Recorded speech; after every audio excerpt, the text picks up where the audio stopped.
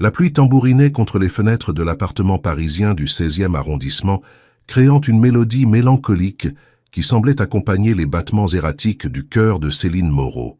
Ses mains tremblaient légèrement, tandis qu'elle pliait les derniers vêtements de son fils Lucas dans une valise fatiguée, celle-là même qu'elle avait utilisée pour arriver dans cette ville de lumière il y a 3 ans, pleine d'espoir et de rêves. Aujourd'hui, à 24 ans, elle repartait, avec bien plus qu'elle n'était venue, un enfant de 8 mois aux yeux verts perçants qui lui rappelait douloureusement son père, et un cœur brisé en 1000 morceaux.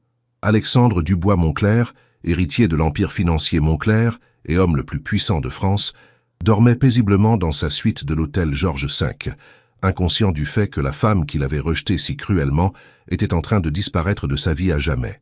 La nuit précédente résonnait encore dans l'esprit de Céline comme un cauchemar éveillé. « Tu crois vraiment qu'une fille comme toi a sa place dans mon monde? Ce qui s'est passé entre nous était une erreur, rien de plus. Prends cet argent et disparais de ma vie. » Les billets froissés gisaient encore sur le sol de marbre froid de son bureau, là où elle les avait jetés avec fierté avant de claquer la porte. Le petit Lucas gazouillait dans son couffin, ses petites mains s'agitant vers les rayons de soleil matinal qui perçaient timidement à travers les nuages parisiens. Il ne savait pas encore que son père venait de les abandonner, que sa mère pleurait en silence, tout en lui préparant un biberon avec les derniers euros qu'elle possédait.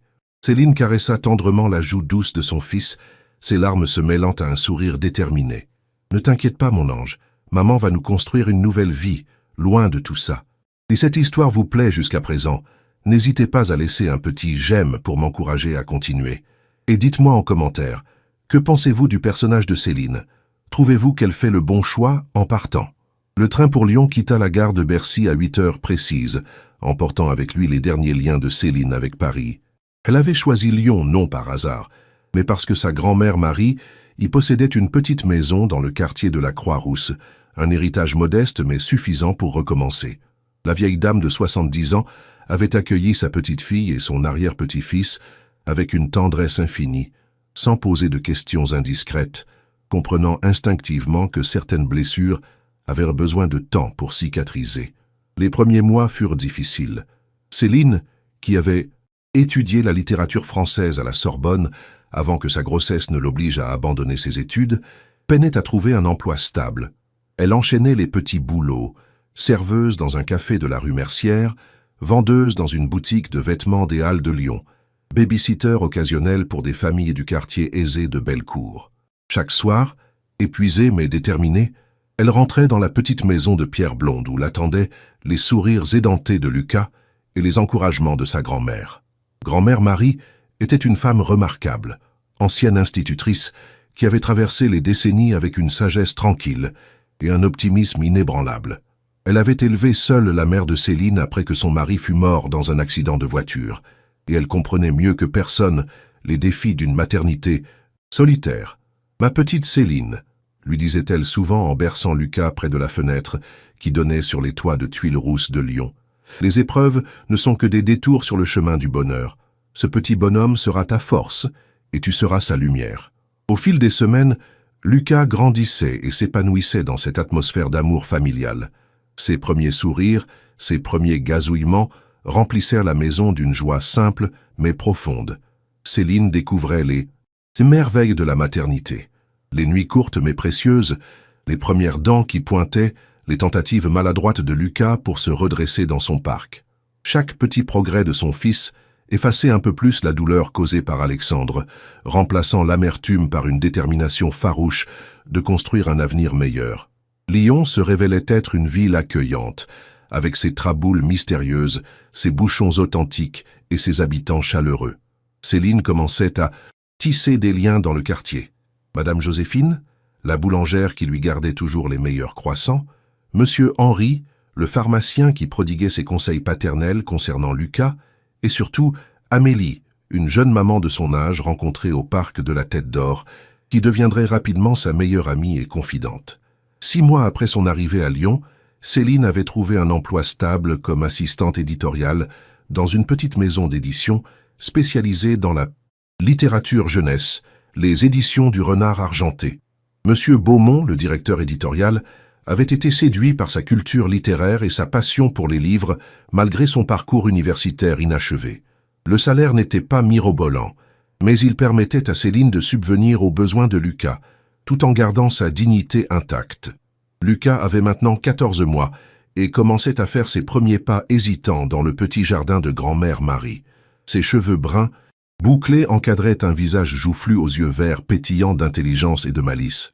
Il prononçait ses premiers mots.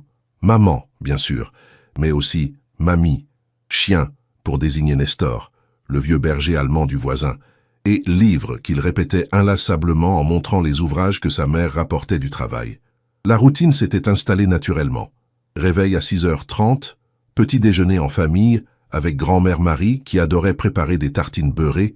Pour son arrière-petit-fils, dépose de Lucas chez Amélie qui gérait une petite crèche associative dans le quartier, journée de travail passionnante aux éditions où Céline découvrait les joies de la correction, de la mise en page et même parfois de la réécriture de manuscrits, puis retour à la maison pour les rituels du soir. Bain, histoire et berceuse. Les soirées étaient douces et paisibles. Après avoir couché Lucas, Céline s'installait souvent dans le petit salon aux meubles anciens, une tasse de tisane à la main, pour lire les manuscrits que lui confiait M. Beaumont ou simplement pour écrire dans son journal intime. Elle avait toujours eu l'âme d'une écrivaine, et ces moments de solitude créative lui permettaient d'exorciser les démons du passé, tout en rêvant d'un avenir meilleur. Parfois, grand-mère Marie la rejoignait avec son tricot, et elle passait des heures à parler de tout et de rien, tissant entre elles des liens plus forts que jamais. L'automne lyonnais peignait la ville de couleurs chatoyantes. Lucas adorait ramasser les feuilles mortes dans le parc, courir derrière les pigeons et nourrir les canards de la fontaine. Céline redécouvrait le bonheur simple d'être mère, loin des fastes parisiens et des complications sentimentales. Elle n'avait pas revu Alexandre. Depuis son départ, n'avait donné aucune nouvelle, et s'interdisait même de googler son nom sur Internet. Cette page était tournée, définitivement. Un matin de novembre particulièrement gris, alors que la brume matinale enveloppait les quais du Rhône, Céline reçut un appel inattendu sur son téléphone portable. Le numéro était masqué, ce qui l'intrigua suffisamment pour qu'elle décroche malgré sa réticence habituelle à répondre aux numéros inconnus. Une voix féminine, professionnelle mais chaleureuse se présenta. « Madame Moreau, je suis Valérie Dupont des éditions Grasset à Paris. Monsieur Beaumont nous a transmis votre nouvelle « Les petites mains de lumière » et nous souhaiterions vous rencontrer pour discuter d'une éventuelle publication. » Le cœur de Céline s'emballa. Elle avait écrit cette nouvelle pendant les longues soirées d'hiver, inspirée par son expérience de mère célibataire et par les histoires que lui racontait grand-mère Marie sur son époque d'institutrice dans les quartiers difficiles de Lyon. L'idée qu'une grande maison d'édition parisienne puisse s'y intéresser lui paraissait irréelle, comme un rêve impossible qui se matérialisait soudain. Elle balbutia quelques mots de remerciement et fixa un rendez-vous téléphonique pour le lendemain, n'osant pas encore y croire vraiment. Ce soir-là, elle raconta la nouvelle à grand-mère Marie qui éclata de rire et la serra fort dans ses bras. « Je te l'avais dit, ma chérie, le talent finit toujours par être reconnu. Ton histoire va toucher des milliers de personnes, j'en suis certaine. » Lucas, qui jouait à ses pieds avec ses cubes colorés, leva vers elle ses grands yeux verts, comme s'il comprenait que quelque chose d'important était en train de se passer dans leur petite famille. L'entretien téléphonique avec Valérie Dupont se déroula mieux que dans ses rêves les plus fous. L'éditrice était enthousiaste, parlant de la nouvelle de Céline avec une passion communicative qui réchauffait le cœur de la jeune femme. « Votre style est unique, Céline. Vous avez cette capacité rare de parler des sujets difficiles avec une tendresse qui ne sombre jamais dans le pathos. Votre héroïne, cette jeune mère qui se bat pour ses enfants dans les quartiers populaires de Lyon, elle nous a tous bouleversés ici. Nous aimerions non seulement publier cette nouvelle, mais aussi discuter d'un projet de roman plus ambitieux. » Les semaines qui suivirent furent un tourbillon d'émotions et de découvertes. Céline dut jongler entre son travail aux éditions du Renard Argenté, les soins à Lucas qui grandissait à vue d'œil, et les nombreux échanges avec Paris concernant son projet littéraire. Monsieur Beaumont, loin d'être jaloux, l'encourageait avec une générosité qui la touchait profondément. « Ma petite Céline, vous avez un don. Il serait criminel de ne pas le cultiver. Si vous avez besoin d'aménager vos horaires pour écrire, nous trouverons une solution. » Grand-mère Marie était sa plus fidèle supportrice, acceptant avec joie de garder Lucas plus souvent pour permettre à sa petite fille de se consacrer à l'écriture. Les soirées de Céline se transformèrent en longues sessions créatives, où elle donnait vie à des personnages inspirés de sa propre expérience, mais aussi des histoires qu'elle collectait autour d'elle. Amélie et ses difficultés de jeune mère divorcée, Madame Joséphine et ses souvenirs d'immigrée italienne arrivée à Lyon dans les années 60, Monsieur Henri et sa solitude d'homme âgé. Le printemps lyonnais apporta des nouvelles extraordinaires. Non seulement Grasset confirma la publication de sa nouvelle dans une anthologie prestigieuse, mais l'éditrice lui proposa également un contrat pour un roman complet, avec une avance suffisante pour qu'elle puisse se consacrer entièrement à l'écriture pendant 6 mois. Céline n'en revenait pas. En l'espace d'une année, sa vie avait basculé du tout au tout. De jeune femme abandonnée et démunie, elle était devenue une écrivaine reconnue avec un avenir radieux devant elle. Lucas, maintenant âgé de 16 mois, courait partout dans la maison, explorant chaque recoin avec une curiosité insatiable. Il avait développé une passion pour les livres, particulièrement ceux avec des images colorées, et passait de longs moments, assis par terre à tourner les pages, en émettant des commentaires incompréhensibles, mais pleins de conviction. La publication de Les petites mains de lumière, dans l'anthologie Nouvelle Voix de la littérature française, fut un événement marquant.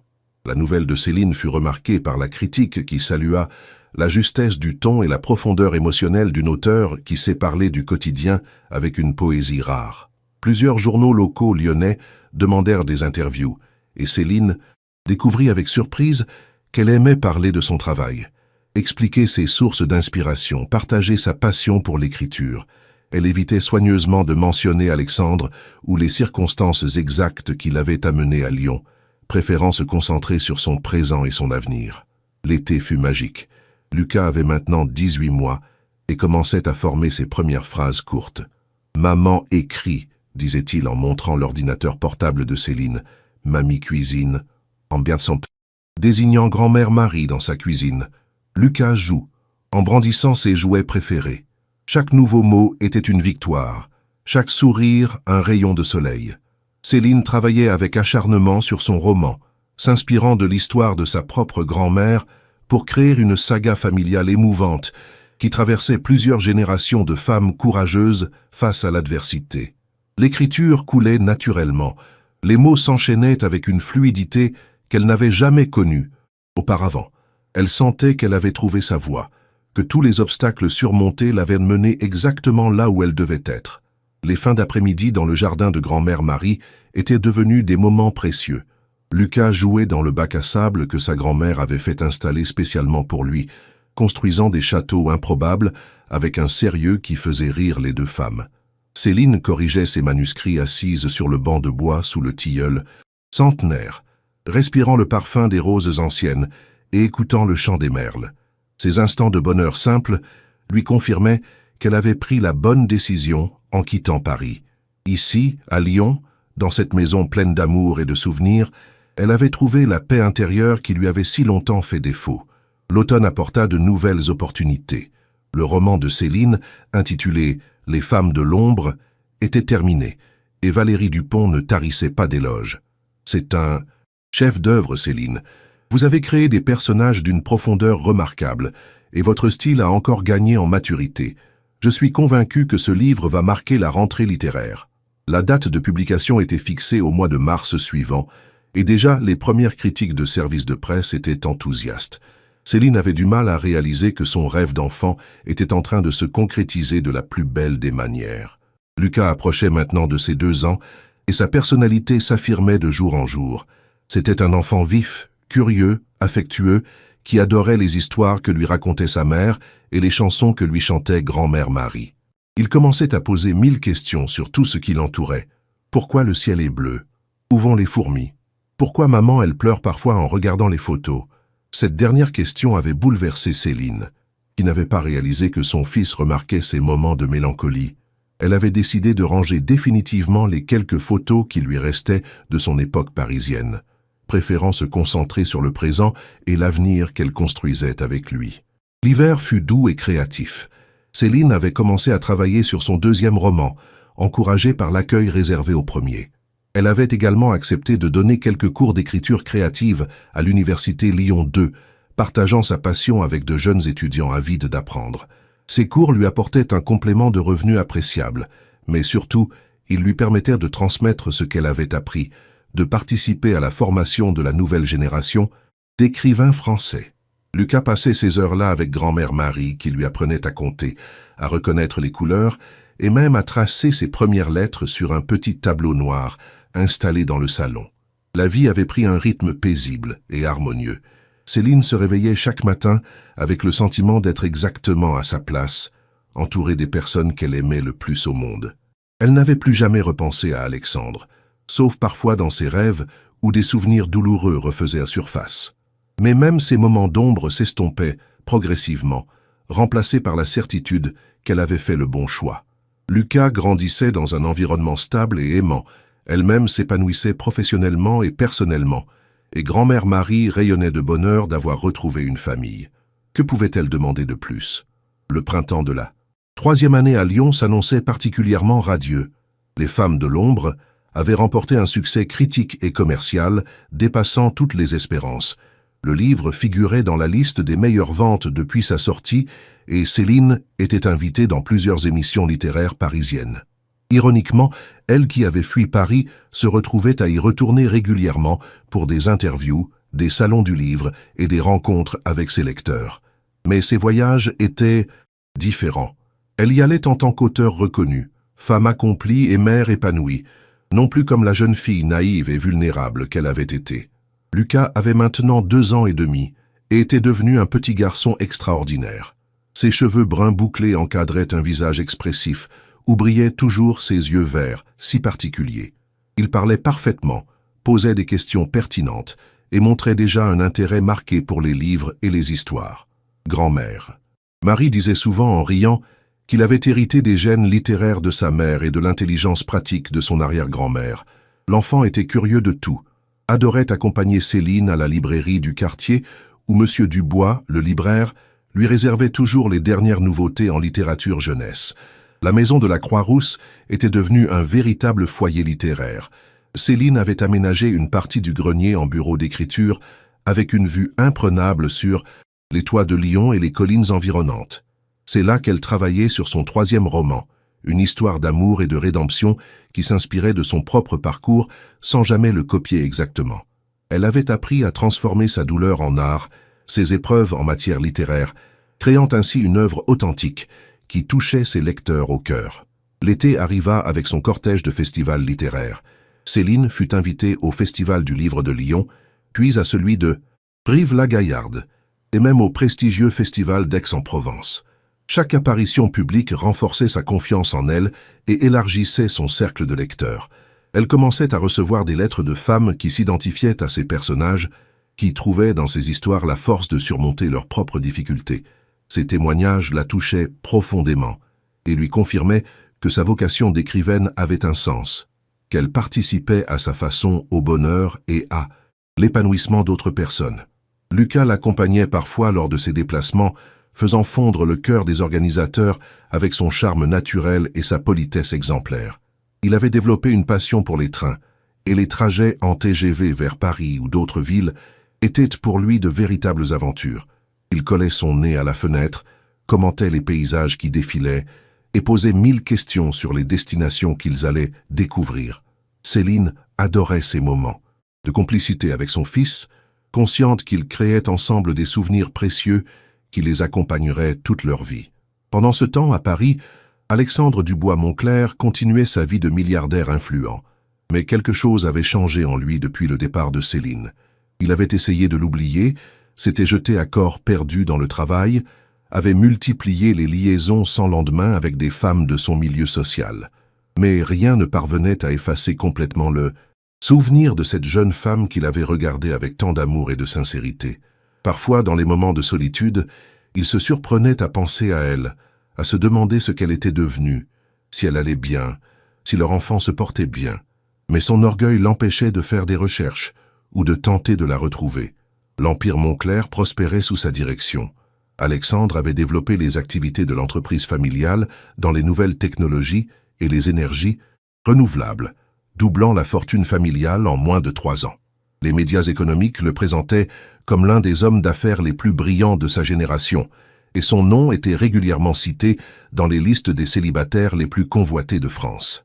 Mais derrière cette façade de réussite, Alexandre ressentait un vide profond qu'aucun succès professionnel ne parvenait à combler.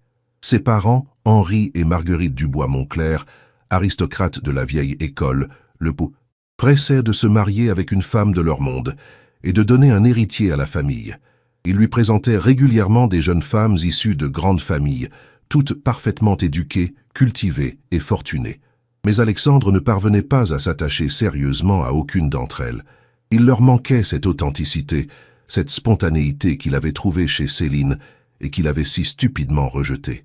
Un matin d'octobre, alors qu'Alexandre présidait une réunion importante avec des investisseurs japonais dans les bureaux parisiens de Moncler International, son assistante personnelle, Madame Bertrand, entra discrètement dans la salle de conférence et lui glissa un mot. « Monsieur, j'ai un appel urgent pour vous. C'est l'hôpital Édouard Herriot de Lyon. » Le cœur d'Alexandre se serra inexplicablement. Pourquoi un hôpital lyonnais l'appellerait-il? Il s'excusa auprès de ses interlocuteurs et prit la communication dans son bureau. « Monsieur Dubois-Moncler, ici le docteur Martin, chef du service de pédiatrie de l'hôpital Édouard Herriot à Lyon. Nous avons un enfant en urgence, Lucas Moreau, âgé de 2 ans et demi. D'après les documents que nous avons trouvés, vous seriez son père. » Alexandre sentit le monde s'écrouler autour de lui. Lucas, le fils de Céline, son fils. Que s'est-il passé? Demanda-t-il d'une voix blanche. L'enfant a été victime d'un accident de la circulation. Sa mère et sa grand-mère ont également été blessés. Mais l'état du petit garçon est critique. Nous avons besoin de votre accord pour certaines interventions médicales et il se peut qu'il ait besoin d'une transfusion. Pouvez-vous venir rapidement? Alexandre raccrocha, tremblant de tous ses membres. En quelques secondes, toute sa vie venait de basculer. Il avait un fils qui était en train de mourir dans un hôpital lyonnais. Et Céline? Comment allait Céline? Le médecin avait parlé de blessures. Il annula immédiatement tous ses rendez-vous, demanda à son chauffeur de le conduire à l'aéroport et affrète un jet privé pour Lyon. Pendant le vol, qui lui parut interminable, il repensait à tous ces moments où il avait pu agir différemment, à toutes ces occasions manquées de connaître son fils, d'être présent dans sa vie. L'hôpital Édouard Herriot se dressait devant lui comme une forteresse impénétrable. Alexandre, habitué au palace et aux bureaux luxueux, découvrait l'atmosphère particulière d'un établissement hospitalier, l'odeur de désinfectants, les couloirs interminables, le balai incessant des soignants, l'angoisse palpable des familles en attente. Il se présenta à l'accueil et fut rapidement dirigé vers le service de pédiatrie, où l'attendait le docteur Martin, un homme d'une 50aine d'années, au regard bienveillant mais grave. « Monsieur Dubois-Moncler, merci d'être venu si rapidement. Votre fils est actuellement en salle d'opération. Il a subi un traumatisme crânien important ainsi que plusieurs fractures. Nos équipes font tout leur possible, mais je dois vous prévenir que les prochaines heures seront cruciales. » Alexandre écouta les explications médicales comme dans un brouillard. Son fils. Il avait un fils qui luttait pour sa vie à quelques mètres de là, et il ne l'avait jamais pris dans ses bras, ne lui avait jamais dit qu'il l'aimait, n'avait jamais été là pour lui. Et sa mère, Céline Moreau? Demanda-t-il d'une voix étranglée. Madame Moreau est hospitalisée dans le service de traumatologie. Elle a une fracture du bassin et plusieurs côtes cassées, mais ses jours ne sont pas en danger. Elle est consciente et elle refuse de vous voir. Ces mots frappèrent Alexandre comme une gifle. Céline était vivante, mais elle ne voulait pas le voir. Après 3 ans de silence, leur retrouvaille se faisait dans les pires circonstances possibles. L'attente commença, interminable et angoissante. Alexandre arpentait les couloirs de l'hôpital, incapable de tenir en place. Il appela ses parents pour les prévenir, mais ne put leur expliquer toute la situation au téléphone. Il contacta également ses avocats pour s'assurer que toutes les démarches nécessaires seraient entreprises pour Lucas, qu'aucun moyen ne serait épargné pour le sauver. L'argent, qui avait toujours été sa solution à tous les problèmes, lui semblait soudain dérisoire face à la fragilité de la vie. Au bout de 4 heures d'opération, le chirurgien sortit enfin du bloc opératoire.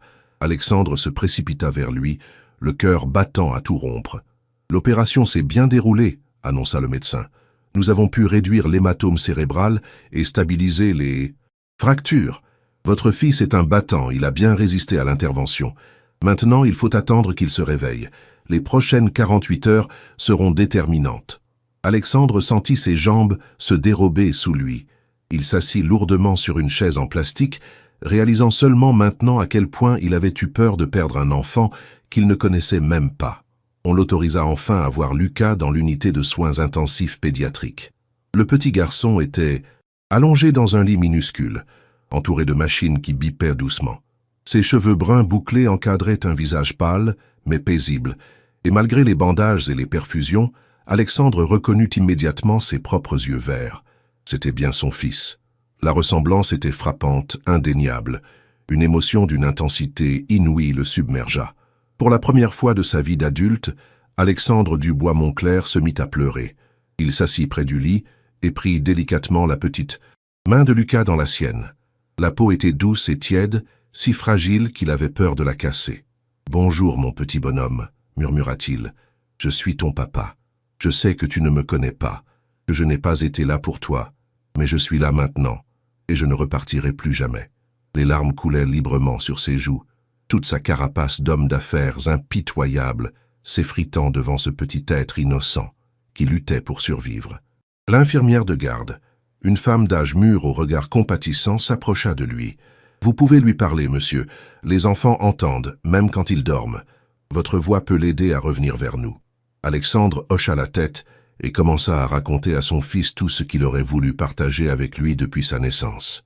Il lui parla de sa famille, des Dubois-Moncler qui remontaient au XVIe siècle, du château familial en Normandie où il avait grandi, des voyages qu'ils feraient ensemble quand il irait mieux. Les heures s'écoulèrent lentement. Alexandre ne quittait pas le chevet de Lucas, guettant le moindre signe de réveil. Il avait installé son bureau temporaire dans la chambre, dirigeant son empire par téléphone et visioconférence, mais sans jamais lâcher la main de son fils. Ses collaborateurs étaient stupéfaits de le voir disparaître du jour au lendemain, lui qui n'avait jamais pris un seul jour de congé en 10 ans de carrière. Le deuxième jour, grand-mère Marie vint lui rendre visite. La vieille dame marchait avec des béquilles à cause d'une fracture de la cheville, mais elle avait tenu à voir l'homme qui était le père de son arrière-petit-fils.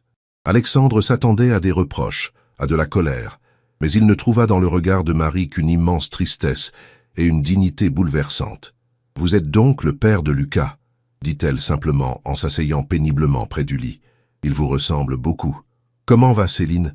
demanda Alexandre, la gorge serrée. « Elle refuse toujours de me voir ?» Grand-mère Marie le regarda longuement avant de répondre. « Ma petite fille a beaucoup souffert à cause de vous, monsieur Dubois-Moncler. Elle a reconstruit sa vie pierre par pierre. Elle est devenue une femme forte et une mère merveilleuse. Qu'est-ce qui vous fait croire que vous avez le droit de revenir maintenant ?» Ces mots étaient justes, et Alexandre le savait. Il n'avait aucun droit, aucune excuse valable pour son comportement passé. « Je sais que j'ai été ignoble avec elle, » admit-il. « Je sais que je ne mérite pas son pardon. Mais Lucas est mon fils, et je veux faire partie de sa vie. Je veux rattraper le temps perdu, être le père qu'il mérite. » Grand-mère Marie observa cet homme puissant qui pleurait près du lit de son petit-fils et sembla voir quelque chose de sincère dans sa douleur. « Céline ne sait pas encore que vous êtes là. Les médecins ont préféré ne pas lui dire pour ne pas aggraver son état. Elle croit que c'est moi qui ai donné les autorisations médicales. » Le troisième jour, un miracle se produisit. Vers le milieu de l'après-midi, alors qu'Alexandre lisait à haute voix un conte de Perrault, les paupières de Lucas frémirent.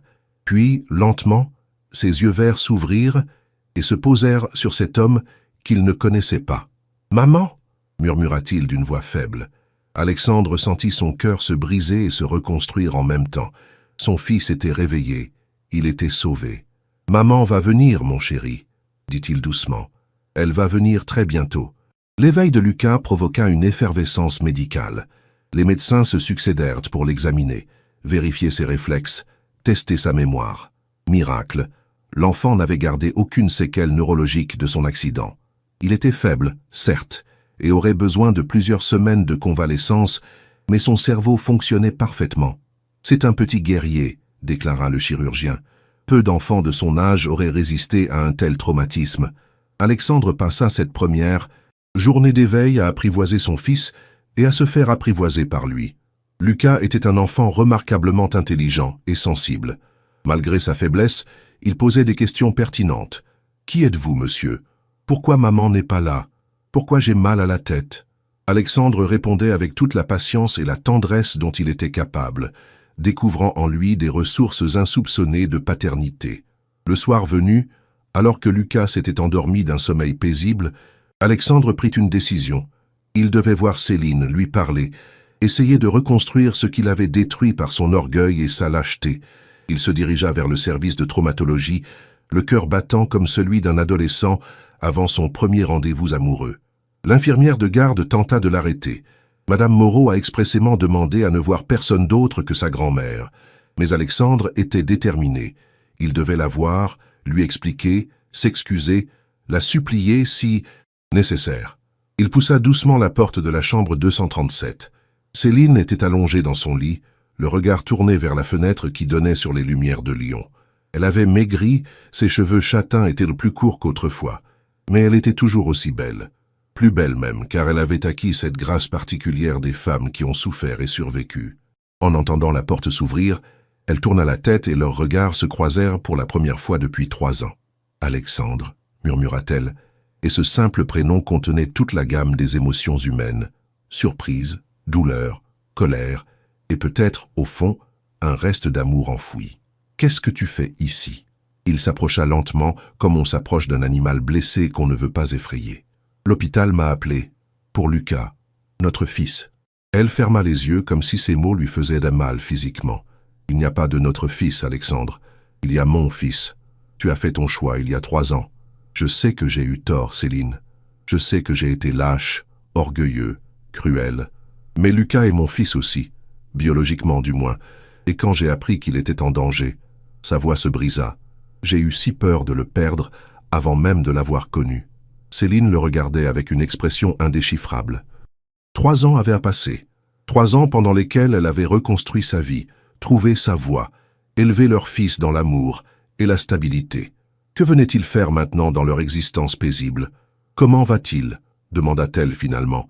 Et Alexandre comprit que, malgré sa colère, l'amour maternel passait avant tout. Il va bien. Il s'est réveillé cet après-midi. Les médecins sont optimistes. Il n'aura aucune séquelle. C'est un enfant extraordinaire, Céline. Intelligent, curieux, attachant. Tu as fait un travail remarquable. Cette reconnaissance la toucha malgré elle, mais elle se raidit immédiatement. Je n'ai pas besoin de tes compliments, Alexandre. J'ai élevé mon fils comme j'ai pu, sans aide, sans soutien, en assumant seul toutes les responsabilités. Le silence s'installa entre eux, lourd de 3 années de non-dits et de souffrance. Alexandre s'assit sur la chaise près du lit, gardant une distance respectueuse.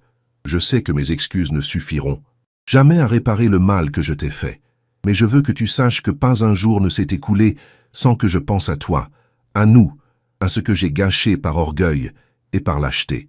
Céline détourna le regard, luttant contre les larmes qui menacèrent de couler. Tu penses à moi? Pendant 3 ans, tu n'as pas cherché à savoir si j'allais bien, si notre enfant se portait bien. Tu m'as jeté comme un Kleenex usagé, Alexandre. Tu m'as humilié, rejeté, nié. Tu as raison, admit-il. J'ai été ignoble. J'étais terrifié par mes sentiments pour toi, par l'idée que ma famille, mon monde ne t'acceptent pas. J'ai préféré te faire du mal plutôt que d'affronter leur jugement. C'était de la pure lâcheté. Ces aveux touchèrent Céline plus qu'elle ne voulait l'admettre. L'Alexandre qu'elle avait connu 3 ans plus tôt n'aurait jamais reconnu ses torts avec autant d'humilité. Quelque chose avait changé en lui. Elle le sentait. « Qu'est-ce que tu veux exactement, Alexandre? Pourquoi es-tu là ?» demanda-t-elle, sa voix oscillant entre fatigue et méfiance. « Je veux faire partie de la vie de Lucas. Je veux être son père, pas seulement biologiquement, mais vraiment. Et je veux... » Il hésita, cherchant ses mots. « Je veux essayer de regagner ta confiance. Pas forcément ton amour, je sais que c'est peut-être impossible, mais au moins ta confiance. Pour Lucas. » Céline ferma les yeux, épuisée par cette conversation et par ses émotions contradictoires. Une partie d'elle, celle qui avait tant aimé cet homme, était touchée par sa sincérité apparente. Mais l'autre partie, celle qui avait souffert, qui avait élevé seul leur fils, qui avait reconstruit sa vie pierre par pierre, restait méfiante. « Je ne peux pas te répondre maintenant, Alexandre. J'ai besoin de temps. Lucas a besoin de guérir, et moi aussi. » Alexandre hocha la tête, comprenant qu'il ne pouvait pas forcer les choses. « Je respecte ta décision. Mais je ne repartirai pas à Paris tant que Lucas ne sera pas complètement rétabli. J'ai pris un congé sabbatique, j'ai délégué mes responsabilités. Pour la première fois de ma vie, ma famille passe avant les affaires. Cette déclaration surprit Céline. L'Alexandre qu'elle avait connu était totalement obsédé par sa carrière, ses ambitions, son empire financier. Qu'ils puissent tout arrêter pour leur fils lui semblait inimaginable. Les jours suivants s'écoulèrent dans une atmosphère étrange, faite de tensions et de découvertes mutuelles. Alexandre passait ses journées au chevet de Lucas, apprenant à connaître son fils avec une patience et une tendresse qui surprenaient tout le personnel soignant. Le petit garçon, d'abord méfiant envers cet inconnu qui prétendait être son papa, commençait à s'attacher à lui. Alexandre lui racontait des histoires, lui apportait des livres illustrés et surtout, il l'écoutait avec une attention que l'enfant n'avait jamais connue de la part d'un homme. « Monsieur, vous habitez dans un château ?» demandait Lucas, les yeux écarquillés par les récits de son père. « Oui, mon petit prince, et si tu veux, un jour, tu pourras venir le visiter. Il y a un grand parc avec des cerfs, des écuries avec des chevaux, et même un petit lac où nagent des cygnes. » L'enfant buvait ses paroles, son imaginaire d'enfant de 2 ans et demi, s'enflammant à ces descriptions merveilleuses. Céline observait ces échanges depuis le pas de la porte, partagés entre attendrissement et inquiétude. Voir son fils s'épanouir au contact de son père la réjouissait, mais elle craignait qu'Alexandre ne disparaisse à nouveau de leur vie, laissant Lucas avec un vide encore plus grand qu'avant. Elle avait accepté qu'il rende visite à leur fils, mais gardait ses distances, ne participant aux conversations que lorsque c'était nécessaire pour Lucas. Grand-mère Marie, de son côté, observait cette situation complexe avec la sagesse de ses 70 ans. Elle voyait bien que l'amour entre Céline et Alexandre n'était pas mort, simplement enfoui sous les blessures et la méfiance. Mais elle voyait aussi la transformation d'Alexandre, cet homme puissant qui avait tout abandonné pour être près de son fils. Un soir, alors qu'elle gardait Lucas pendant qu'Alexandre et Céline discutaient avec les médecins, elle décida de parler franchement au père de son arrière-petit-fils. « Monsieur Dubois-Moncler, puis-je vous dire quelque chose ?» Alexandre, qui s'était habitué à la présence bienveillante de la vieille dame, hocha la tête. « Ma petite fille vous a aimé plus qu'elle n'a jamais aimé personne. Quand elle est arrivée chez moi, elle était brisée, anéantie. Il m'a fallu des mois pour la voir sourire à nouveau. Elle a reconstruit sa vie avec un courage extraordinaire. Elle est devenue une écrivaine reconnue, une mère exemplaire. Si vous voulez vraiment faire partie de sa vie et de celle de Lucas, il faudra prouver que vous avez changé, pas seulement par des mots, mais par des actes. Je suis prêt à tout pour ça, répondit Alexandre, avec une sincérité qui toucha la vieille dame. Dites-moi ce que je dois faire. Grand-mère Marie sourit pour la première fois depuis l'accident. Soyez patient. Montrez-lui que vous êtes capable de mettre votre famille avant votre orgueil et vos intérêts. Et surtout, ne la décevez plus jamais. Elle ne survivrait pas à une nouvelle trahison. Au bout de 2 semaines, Lucas fut enfin autorisé à sortir de l'hôpital. Sa convalescence devrait se poursuivre à domicile, avec des visites régulières chez un kinésithérapeute pour rééduquer sa motricité légèrement perturbée par l'accident. Céline, elle, devrait rester hospitalisée encore quelques jours pour s'assurer que sa fracture du bassin guérissait correctement. Cette situation posa un problème. Pratique. Qui s'occuperait de Lucas pendant que sa mère terminait ses soins? Grand-mère Marie, malgré sa cheville fracturée, proposa naturellement de s'en charger. Mais Alexandre eut une autre idée. Et si je restais m'occuper de lui? Je pourrais m'installer dans un hôtel proche de chez vous, venir chaque jour pour l'aider et le conduire chez son kinésithérapeute. Cela me permettrait d'apprendre à être un vrai père.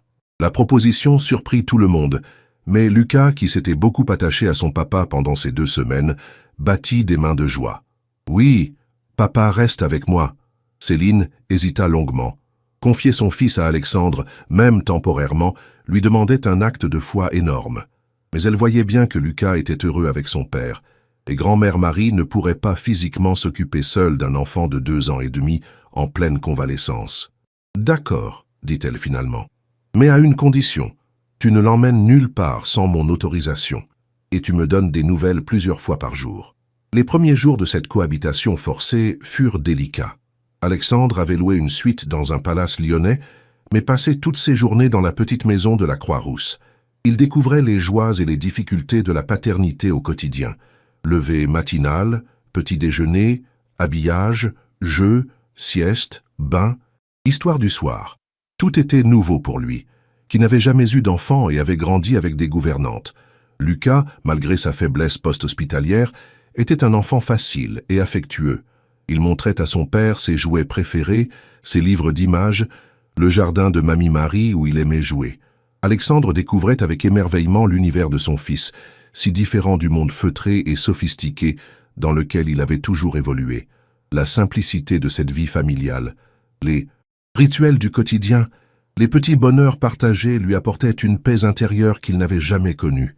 Grand-mère Marie observait avec amusement cet homme puissant apprendre à faire des tartines de confiture, à lire des comptines, à consoler un enfant qui avait fait un cauchemar.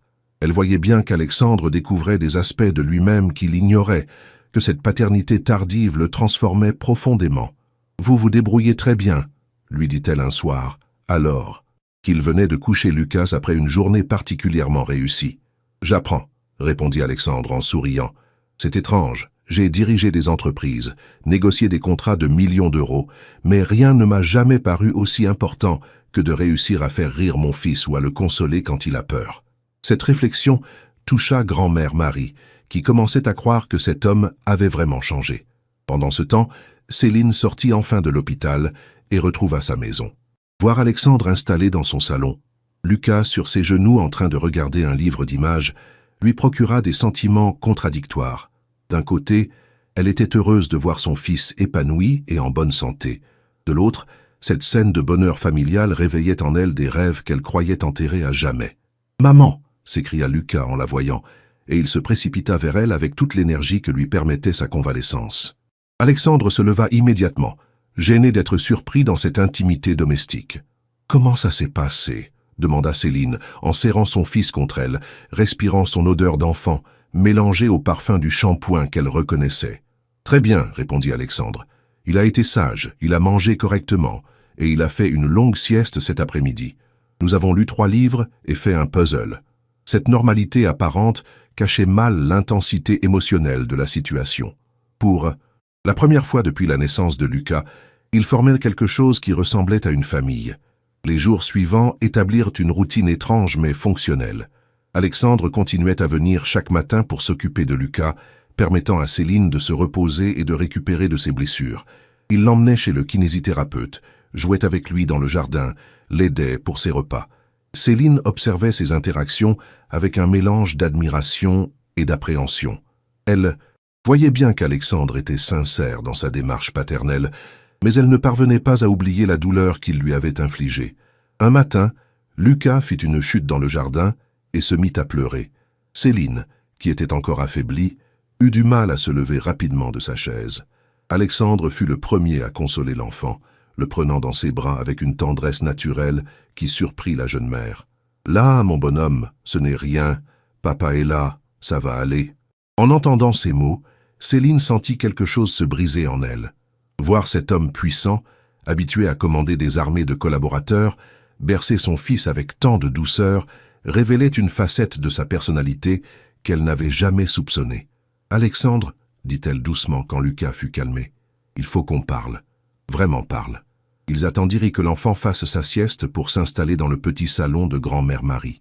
L'atmosphère était lourde d'attente et d'appréhension mutuelle. « Je vois bien que tu as changé, » commença Céline. « Je vois que tu aimes vraiment Lucas, que tu essaies d'être un bon père, mais j'ai besoin de comprendre pourquoi. Pourquoi maintenant? Qu'est-ce qui te fait croire que tu ne nous abandonneras pas à nouveau ?» Alexandre prit une profonde respiration avant de répondre. « Pendant ces 3 années, j'ai tout eu, succès, argent, reconnaissance, femme. Mais j'étais vide, Céline, complètement vide. Chaque victoire professionnelle me renvoyait à cet échec personnel, à cette lâcheté qui m'avait fait perdre la seule femme que j'ai jamais vraiment aimée et l'enfant que je ne connaissais pas. Quand l'hôpital m'a appelé, quand j'ai cru que j'allais perdre Lucas avant même de l'avoir connu, j'ai compris que rien d'autre n'avait d'importance.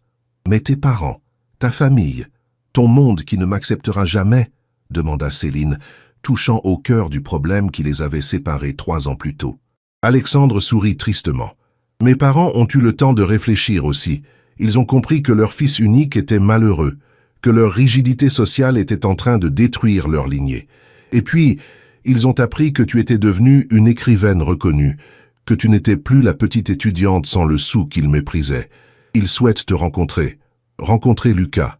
Ils regrettent leur attitude passée. Cette révélation surprit Céline. L'idée que les Dubois-Montclair puissent s'intéresser à elle et à son fils lui paraissait irréelle. « Et toi, est-ce que tu m'acceptes vraiment ou seulement parce que je suis devenu présentable, socialement ?» Cette question était cruciale, et Alexandre le savait. « Je t'ai toujours aimé, Céline. Pas pour ce que tu représentais socialement, mais pour ce que tu étais, spontané, authentique, passionné.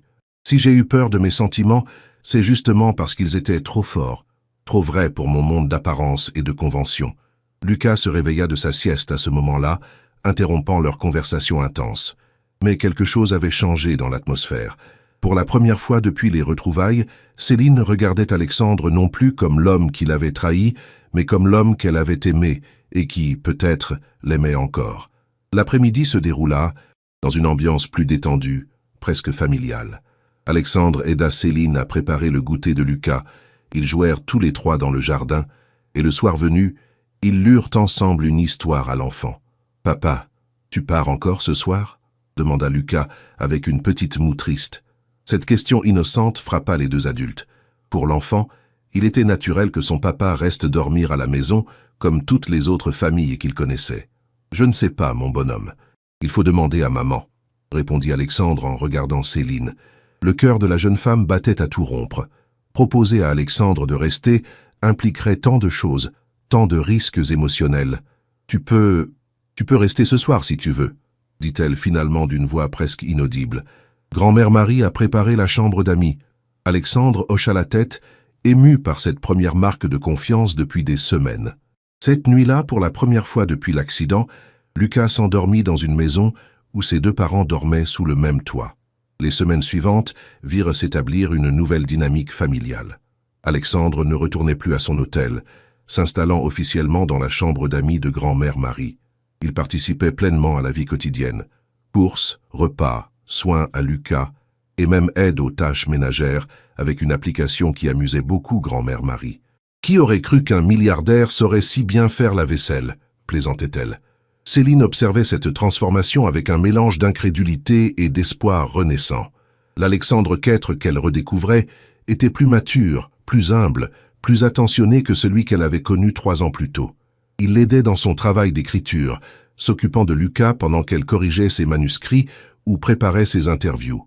Il montrait un intérêt sincère pour sa carrière littéraire, lisant ses textes avec passion et lui donnant des commentaires pertinents. Un soir de décembre, alors que Lyon se parait de ses illuminations de Noël, Alexandre demanda à Céline de l'accompagner pour une promenade. Ils confièrent Lucas à grand-mère Marie et sortirent dans les rues enneigées du quartier de la Croix-Rousse. L'atmosphère était magique, les façades anciennes scintillant sous la neige et les décorations festives. « Céline, » dit Alexandre en s'arrêtant devant la basilique Notre-Dame de Fourvière qui dominait la ville, « j'ai quelque chose à te demander. » Il sortit de sa poche un petit écrin de velours bleu et Céline sentit son cœur s'emballer. « Ce n'est pas ce que tu crois, » dit-il rapidement en voyant son expression. « Enfin, pas encore, c'est une bague de promesse.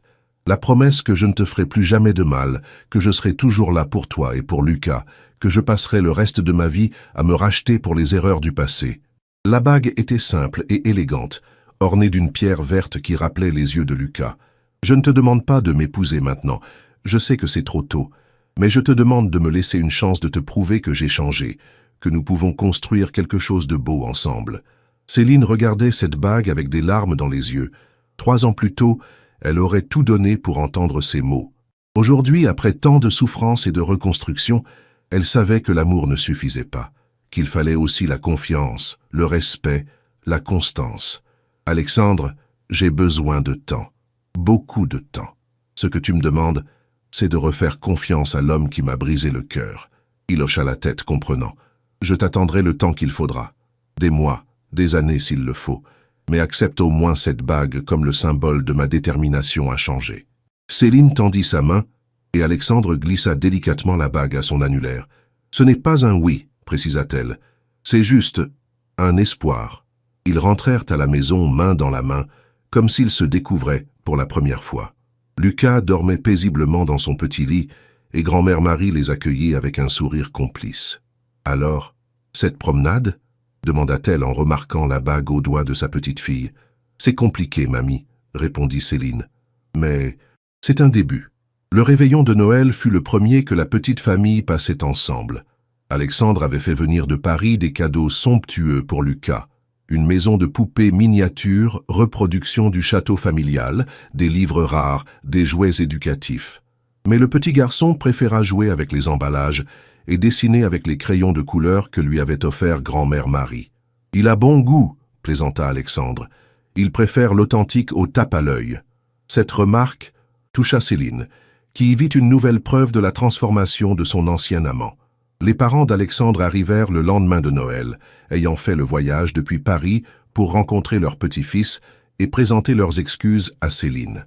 Henri et Marguerite Dubois-Moncler, que Céline s'était imaginés comme des personnages hautains et méprisants, se révélèrent être des grands-parents attendrissants et des hôtes courtois. « Madame Moreau, » dit Marguerite en prenant les mains de Céline, « nous regrettons profondément notre attitude passée. Nous espérons que vous nous donnerez une chance de rattraper le temps perdu avec vous et notre petit-fils. » Lucas, d'abord intimidé par ces inconnus élégants, fut rapidement conquis par l'attention que lui portaient ses nouveaux grands-parents. Henri lui montra des photos du château familial, des écuries, des jardins à la française. Marguerite lui raconta les légendes de la famille, les ancêtres chevaliers, les grandes dames qui avaient marqué l'histoire. L'enfant buvait ses récits avec passion, son imagination s'enflammant à ces histoires merveilleuses. « Il faudra que vous veniez tous nous rendre visite en Normandie », proposa Henri à la fin de leur séjour. « Le château est immense. Lucas pourra courir dans le parc. Et vous, ma chère Céline, vous trouverez peut-être l'inspiration pour un nouveau roman dans notre bibliothèque ancestrale. » Cette invitation, impensable 3 ans plus tôt, marquait l'acceptation définitive de Céline dans la famille Dubois-Moncler. Le printemps arriva avec ses promesses de renouveau. Lucas avait maintenant 3 ans et était complètement remis de son accident. Il parlait de son papa avec fierté à tous ceux qui voulaient l'entendre, racontait les histoires de châteaux et de chevaliers et réclamait sans cesse de nouvelles aventures. Alexandre avait officiellement déménagé ses affaires dans la chambre d'amis de grand-mère Marie, gérant son empire financier à distance grâce aux nouvelles technologies. Cette nouvelle vie lui convenait parfaitement.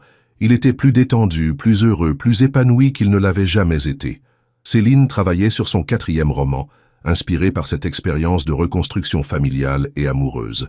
Son éditrice parisienne était enchantée par l'évolution de son style, plus mature et plus nuancé que jamais. « Vous avez trouvé votre voie définitive, Céline », lui disait Valérie Dupont lors de leurs entretiens téléphoniques. « Cette histoire de seconde chance que vous me racontez sera votre chef-d'œuvre. » L'art imitait la vie, et la vie nourrissait l'art dans un cycle vertueux.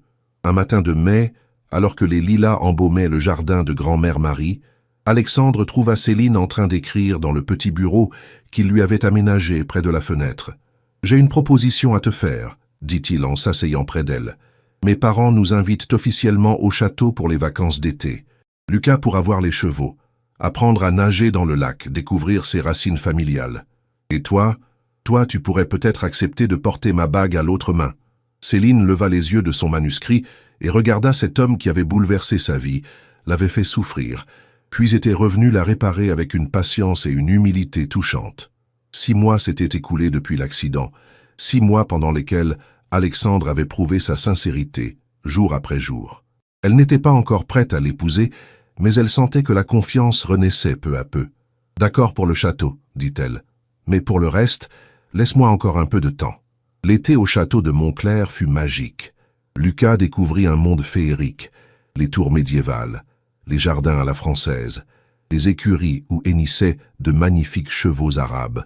Il apprit à monter sur un poney Shetland sous les conseils experts de son grand-père Henri, nagea dans le lac aux eaux transparentes sous la surveillance attentive de sa mère et explora chaque recoin de cette demeure ancestrale avec l'émerveillement de ses 3 ans.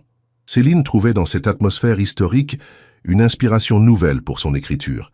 Elle passait ses matinées dans l'immense bibliothèque du château, entourée de livres rares et de manuscrits anciens, laissant libre cours à sa créativité.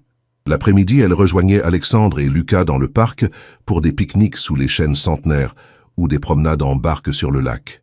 Ces moments de bonheur simple effaçaient définitivement les blessures du passé.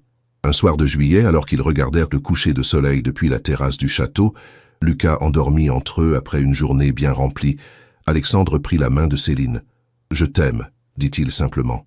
Je t'ai toujours aimé, même quand j'étais trop lâche pour l'admettre. Tu veux bien être ma femme? Cette fois, Céline n'hésita pas. Oui, répondit-elle en passant la bague de l'annulaire gauche à l'annulaire droit. Oui, je veux bien essayer de construire quelque chose de beau avec toi. Leur mariage eut lieu l'automne suivant, dans l'intimité, à la mairie de Lyon, puis dans la petite église du quartier de la Croix-Rousse. Grand-mère Marie pleura de joie en voyant sa petite-fille enfin heureuse. Lucas, en costume de petit page, porta les alliances avec un sérieux qui fit rire toute l'assemblée. Les parents d'Alexandre étaient venus de Normandie, et même quelques amis écrivains de Céline avaient fait le déplacement depuis Paris. 5 ans après cette union, Céline Dubois-Moncler était devenue l'une des romancières françaises les plus appréciées de sa génération. Elle avait publié 8 romans, tous salués par la critique et plébiscités par le public. Elle partageait son temps entre la maison de grand-mère Marie à Lyon, où elle puisait son inspiration dans la vie quotidienne, et le château de Normandie où elle écrivait ses grandes fresques historiques. Alexandre avait transformé l'empire familial en privilégiant les investissements éthiques et durables. Il travaillait désormais autant pour le plaisir que pour l'argent, ayant compris que la richesse sans bonheur familial ne valait rien. Il était devenu un père exemplaire pour Lucas, mais aussi pour la petite Emma, née 2 ans après leur mariage, et pour le petit Alexandre-Marie qui avait vu le jour l'année précédente. Lucas, maintenant âgé de 8 ans, était un enfant épanoui qui parlait avec fierté de sa maman écrivaine et de son papa chef d'entreprise.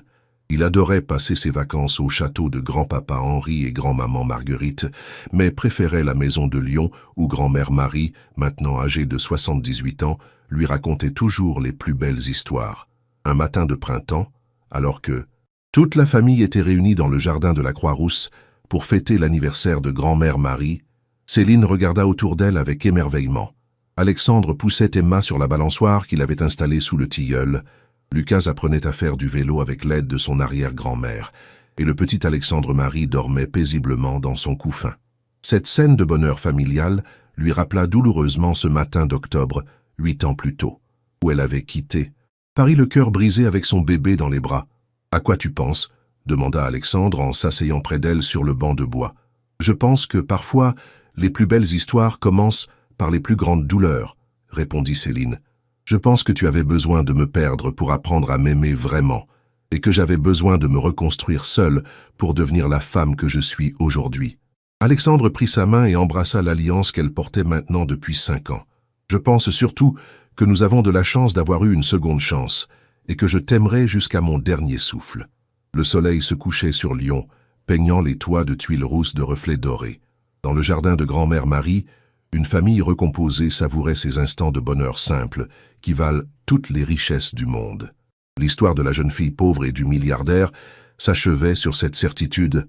L'amour véritable peut renaître de ses cendres à condition d'y mettre le temps, la patience et l'humilité nécessaires.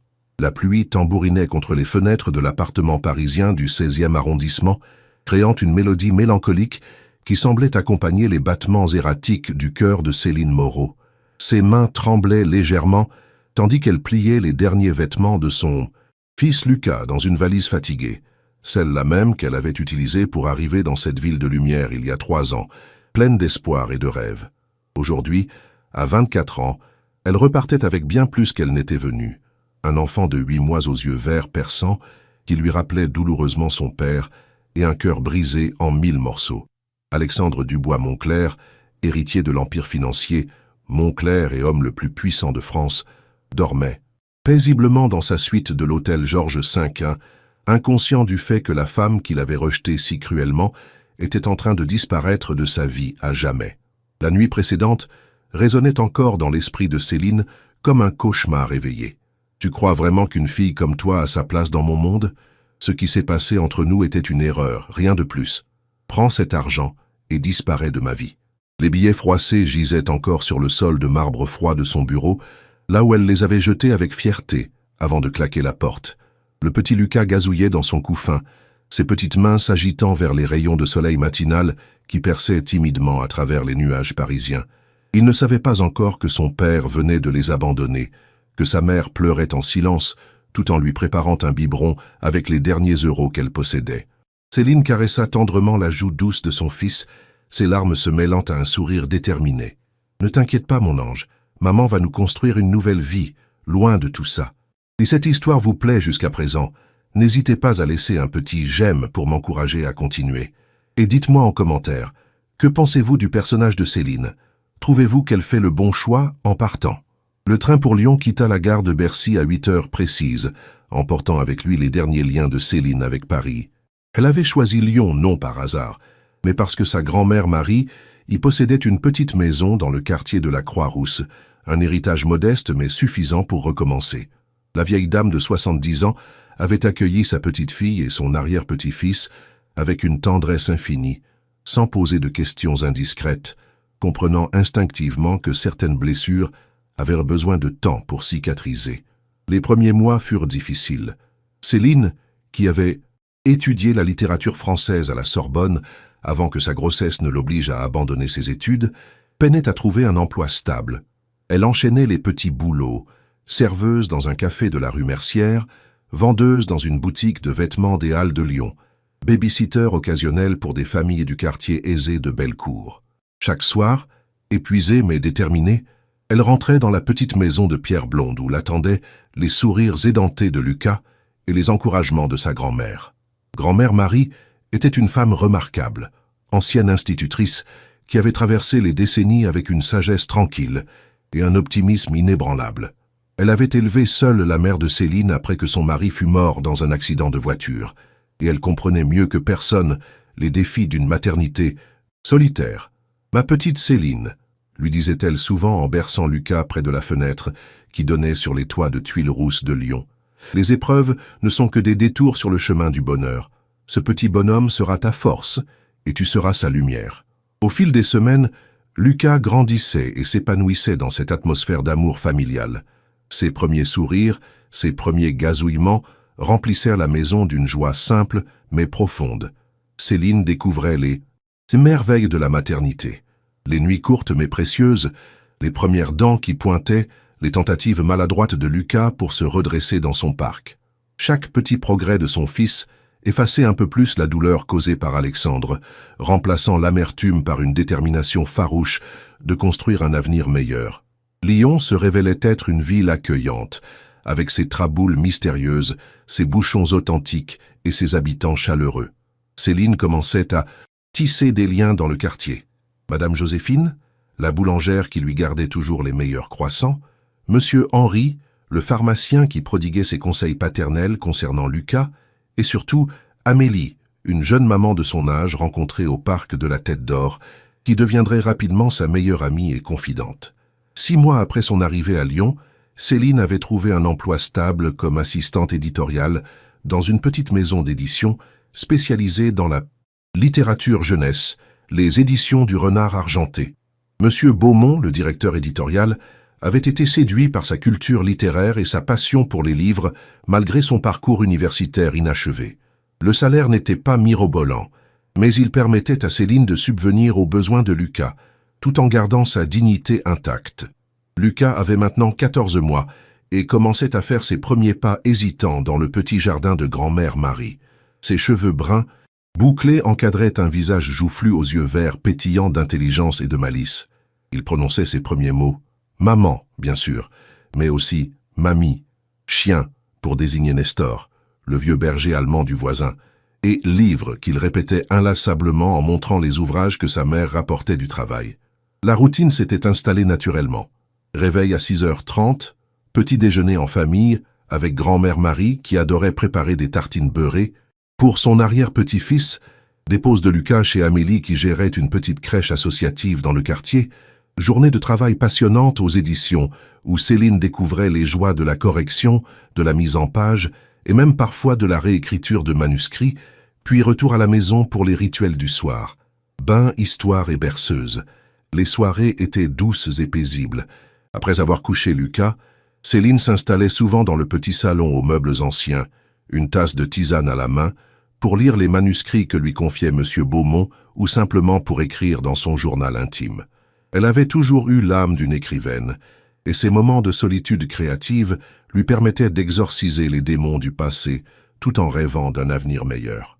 Parfois, grand-mère Marie la rejoignait avec son tricot, et elle passait des heures à parler de tout et de rien, tissant entre elles des liens plus forts que jamais.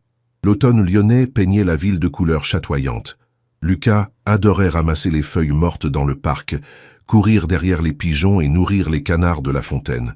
Céline redécouvrait le bonheur simple d'être mère, loin des fastes parisiens et des complications sentimentales.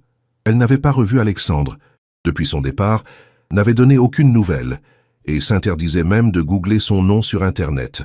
Cette page était tournée, définitivement. Un matin de novembre particulièrement gris, alors que la brume matinale enveloppait les quais du Rhône, Céline reçut un appel inattendu sur son téléphone portable. Le numéro était masqué, ce qui l'intrigua suffisamment pour qu'elle décroche malgré sa réticence habituelle à répondre aux numéros inconnus. Une voix féminine, professionnelle mais chaleureuse se présenta. « Madame Moreau, je suis Valérie Dupont des éditions Grasset à Paris. Monsieur Beaumont nous a transmis votre nouvelle « Les petites mains de lumière » et nous souhaiterions vous rencontrer pour discuter d'une éventuelle publication. » Le cœur de Céline s'emballa. Elle avait écrit cette nouvelle pendant les longues soirées d'hiver, inspirée par son expérience de mère célibataire et par les histoires que lui racontait grand-mère Marie sur son époque d'institutrice dans les quartiers difficiles de Lyon. L'idée qu'une grande maison d'édition parisienne puisse s'y intéresser lui paraissait irréelle, comme un rêve impossible qui se matérialisait soudain. Elle balbutia quelques mots de remerciement et fixa un rendez-vous téléphonique pour le lendemain, n'osant pas encore y croire vraiment. Ce soir-là, elle raconta la nouvelle à grand-mère Marie qui éclata de rire et la serra fort dans ses bras. « Je te l'avais dit, ma chérie, le talent finit toujours par être reconnu. Ton histoire va toucher des milliers de personnes, j'en suis certaine. » Lucas, qui jouait à ses pieds avec ses cubes colorés, leva vers elle ses grands yeux verts, comme s'il comprenait que quelque chose d'important était en train de se passer dans leur petite famille. L'entretien téléphonique avec Valérie Dupont se déroula mieux que dans ses rêves les plus fous.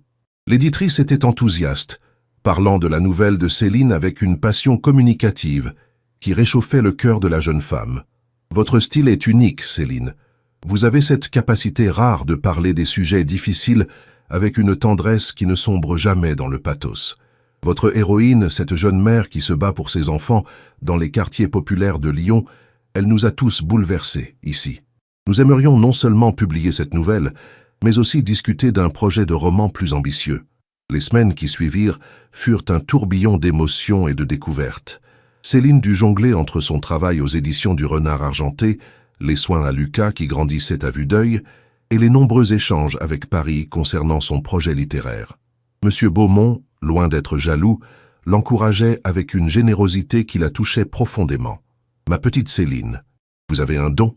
Il serait criminel de ne pas le cultiver. Si vous avez besoin d'aménager vos horaires pour écrire, nous trouverons une solution. » Grand-mère Marie était sa plus fidèle supportrice, acceptant avec joie de garder Lucas plus souvent pour permettre à sa petite fille de se consacrer à l'écriture. Les soirées de Céline se transformèrent en longues sessions créatives où elle donnait vie à des personnages inspirés de sa propre expérience, mais aussi des histoires qu'elle collectait autour d'elle. Amélie et ses difficultés de jeune mère divorcée, Madame Joséphine et ses souvenirs d'immigrée italienne arrivée à Lyon dans les années 60, Monsieur Henri et sa solitude d'homme âgé. Le printemps lyonnais apporta des nouvelles extraordinaires. Non seulement Grasset confirma la publication de sa nouvelle dans une anthologie prestigieuse, mais l'éditrice lui proposa également un contrat pour un roman complet, avec une avance suffisante pour qu'elle puisse se consacrer entièrement à l'écriture pendant 6 mois. Céline n'en revenait pas. En l'espace d'une année, sa vie avait basculé du tout au tout. De jeune femme abandonnée et démunie, elle était devenue une écrivaine reconnue avec un avenir radieux devant elle. Lucas, maintenant âgé de 16 mois, courait partout dans la maison, explorant chaque recoin avec une curiosité insatiable.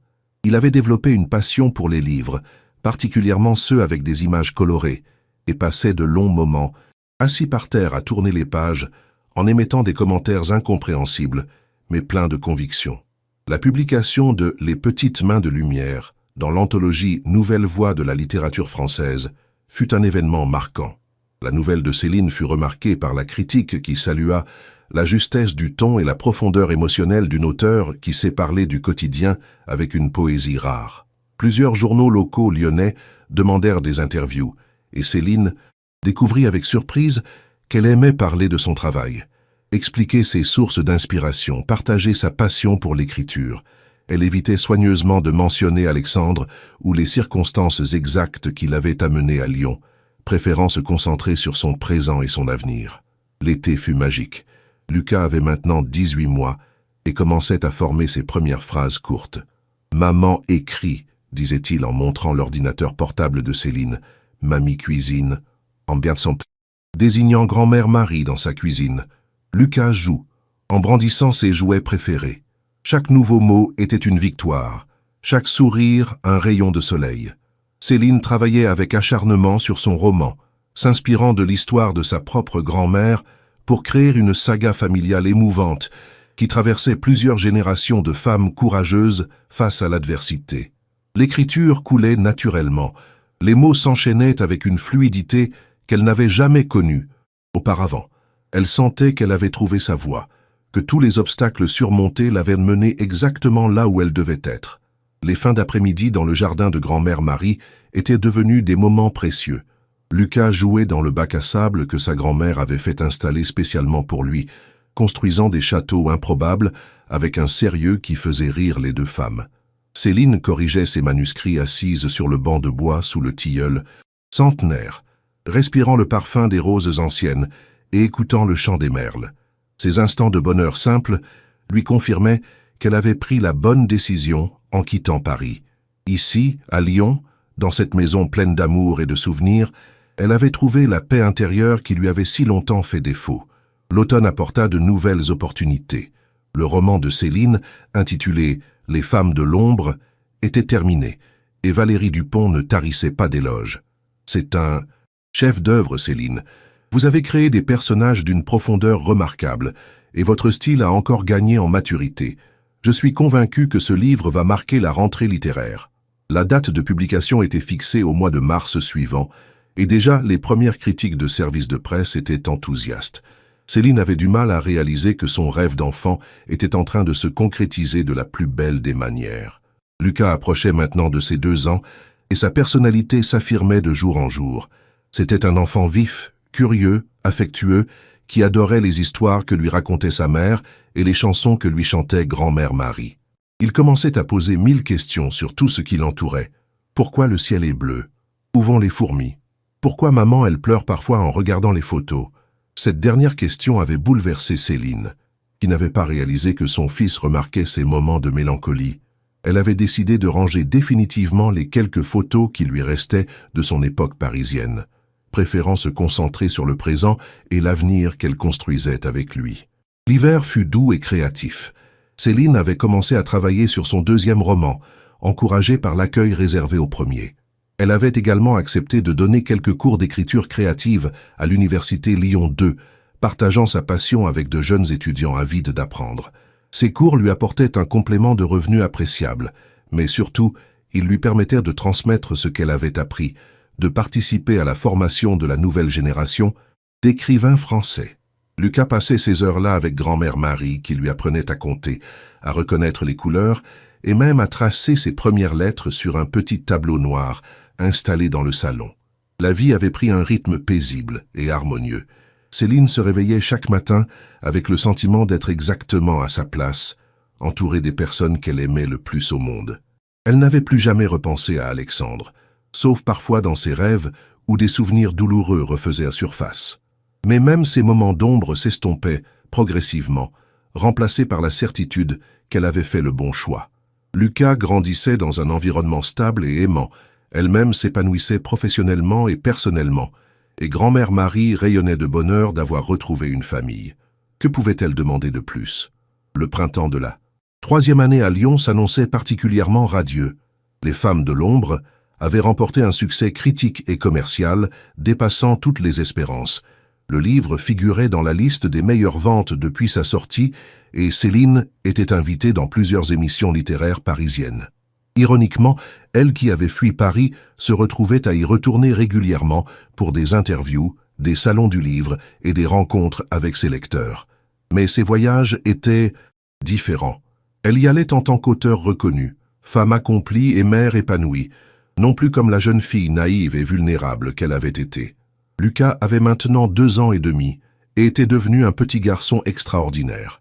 Ses cheveux bruns bouclés encadraient un visage expressif, où brillaient toujours ses yeux verts, si particuliers. Il parlait parfaitement, posait des questions pertinentes et montrait déjà un intérêt marqué pour les livres et les histoires. Grand-mère.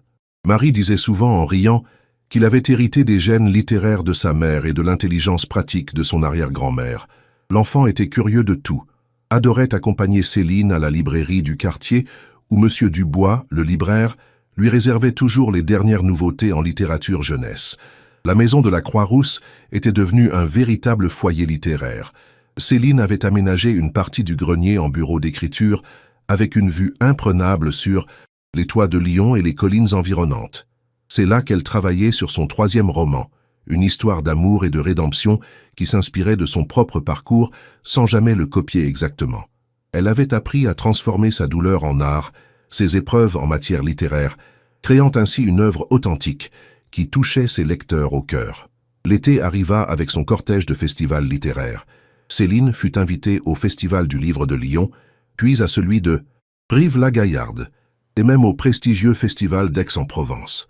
Chaque apparition publique renforçait sa confiance en elle et élargissait son cercle de lecteurs. Elle commençait à recevoir des lettres de femmes qui s'identifiaient à ses personnages, qui trouvaient dans ces histoires la force de surmonter leurs propres difficultés. Ces témoignages la touchaient profondément et lui confirmaient que sa vocation d'écrivaine avait un sens, qu'elle participait à sa façon au bonheur et à l'épanouissement d'autres personnes. Lucas l'accompagnait parfois lors de ses déplacements, faisant fondre le cœur des organisateurs avec son charme naturel et sa politesse exemplaire. Il avait développé une passion pour les trains, et les trajets en TGV vers Paris ou d'autres villes étaient pour lui de véritables aventures. Il collait son nez à la fenêtre, commentait les paysages qui défilaient et posait 1000 questions sur les destinations qu'ils allaient découvrir. Céline adorait ces moments de complicité avec son fils, consciente qu'ils créaient ensemble des souvenirs précieux qui les accompagneraient toute leur vie. Pendant ce temps, à Paris, Alexandre Dubois-Moncler continuait sa vie de milliardaire influent. Mais quelque chose avait changé en lui depuis le départ de Céline. Il avait essayé de l'oublier, s'était jeté à corps perdu dans le travail, avait multiplié les liaisons sans lendemain avec des femmes de son milieu social. Mais rien ne parvenait à effacer complètement le souvenir de cette jeune femme qu'il avait regardée avec tant d'amour et de sincérité. Parfois, dans les moments de solitude, il se surprenait à penser à elle, à se demander ce qu'elle était devenue, si elle allait bien, si leur enfant se portait bien. Mais son orgueil l'empêchait de faire des recherches ou de tenter de la retrouver. L'Empire Moncler prospérait sous sa direction. Alexandre avait développé les activités de l'entreprise familiale dans les nouvelles technologies et les énergies renouvelables, doublant la fortune familiale en moins de 3 ans. Les médias économiques le présentaient comme l'un des hommes d'affaires les plus brillants de sa génération, et son nom était régulièrement cité dans les listes des célibataires les plus convoités de France. Mais derrière cette façade de réussite, Alexandre ressentait un vide profond qu'aucun succès professionnel ne parvenait à combler. Ses parents, Henri et Marguerite Dubois-Moncler, aristocrates de la vieille école, pressaient de se marier avec une femme de leur monde et de donner un héritier à la famille. Ils lui présentaient régulièrement des jeunes femmes issues de grandes familles, toutes parfaitement éduquées, cultivées et fortunées. Mais Alexandre ne parvenait pas à s'attacher sérieusement à aucune d'entre elles. Il leur manquait cette authenticité, cette spontanéité qu'il avait trouvée chez Céline et qu'il avait si stupidement rejetée. Un matin d'octobre, alors qu'Alexandre présidait une réunion importante avec des investisseurs japonais dans les bureaux parisiens de Moncler International, son assistante personnelle, Madame Bertrand, entra discrètement dans la salle de conférence et lui glissa un mot. « Monsieur, j'ai un appel urgent pour vous. C'est l'hôpital Édouard Herriot de Lyon. » Le cœur d'Alexandre se serra inexplicablement. Pourquoi un hôpital lyonnais l'appellerait-il? Il s'excusa auprès de ses interlocuteurs et prit la communication dans son bureau. « Monsieur Dubois-Moncler, ici le docteur Martin, chef du service de pédiatrie de l'hôpital Édouard Herriot à Lyon. Nous avons un enfant en urgence, Lucas Moreau, âgé de 2 ans et demi. D'après les documents que nous avons trouvés, vous seriez son père. » Alexandre sentit le monde s'écrouler autour de lui. Lucas, le fils de Céline, son fils. « Que s'est-il passé ?» demanda-t-il d'une voix blanche. L'enfant a été victime d'un accident de la circulation. Sa mère et sa grand-mère ont également été blessées. Mais l'état du petit garçon est critique. Nous avons besoin de votre accord pour certaines interventions médicales et il se peut qu'il ait besoin d'une transfusion. Pouvez-vous venir rapidement ?» Alexandre raccrocha, tremblant de tous ses membres. En quelques secondes, toute sa vie venait de basculer. Il avait un fils qui était en train de mourir dans un hôpital lyonnais. Et Céline. Comment allait Céline? Le médecin avait parlé de blessures. Il annula immédiatement tous ses rendez-vous, demanda à son chauffeur de le conduire à l'aéroport et affrète un jet privé pour Lyon. Pendant le vol, qui lui parut interminable, il repensait à tous ces moments où il avait pu agir différemment, à toutes ces occasions manquées de connaître son fils, d'être présent dans sa vie. L'hôpital Édouard Herriot se dressait devant lui comme une forteresse impénétrable. Alexandre, habitué au palace et aux bureaux luxueux, découvrait l'atmosphère particulière d'un établissement hospitalier, l'odeur de désinfectants, les couloirs interminables, le balai incessant des soignants, l'angoisse palpable des familles en attente.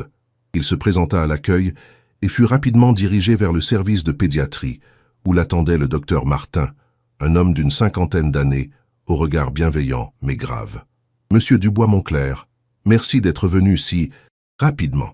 Votre fils est actuellement en salle d'opération. Il a subi un traumatisme crânien important ainsi que plusieurs fractures. Nos équipes font tout leur possible, mais je dois vous prévenir que les prochaines heures seront cruciales. » Alexandre écouta les explications médicales comme dans un brouillard. Son fils. Il avait un fils qui luttait pour sa vie à quelques mètres de là, et il ne l'avait jamais pris dans ses bras, ne lui avait jamais dit qu'il l'aimait, n'avait jamais été là pour lui. Et sa mère, Céline Moreau ?»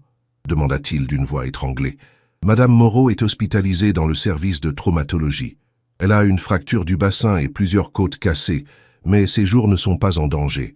Elle est consciente et elle refuse de vous voir. » Ces mots frappèrent Alexandre comme une gifle. Céline était vivante, mais elle ne voulait pas le voir. Après 3 ans de silence, leur retrouvaille se faisait dans les pires circonstances possibles. L'attente commença, interminable et angoissante. Alexandre arpentait les couloirs de l'hôpital, incapable de tenir en place. Il appela ses parents pour les prévenir, mais ne put leur expliquer toute la situation au téléphone. Il contacta également ses avocats pour s'assurer que toutes les démarches nécessaires seraient entreprises pour Lucas, qu'aucun moyen ne serait épargné pour le sauver. L'argent, qui avait toujours été sa solution à tous les problèmes, lui semblait soudain dérisoire face à la fragilité de la vie. Au bout de 4 heures d'opération, le chirurgien sortit enfin du bloc opératoire. Alexandre se précipita vers lui, le cœur battant à tout rompre. « L'opération s'est bien déroulée », annonça le médecin. « Nous avons pu réduire l'hématome cérébral et stabiliser les fractures. Votre fils est un battant, il a bien résisté à l'intervention. Maintenant, il faut attendre qu'il se réveille. Les prochaines 48 heures seront déterminantes. » Alexandre sentit ses jambes se dérober sous lui. Il s'assit lourdement sur une chaise en plastique, réalisant seulement maintenant à quel point il avait eu peur de perdre un enfant qu'il ne connaissait même pas. On l'autorisa enfin à voir Lucas dans l'unité de soins intensifs pédiatriques.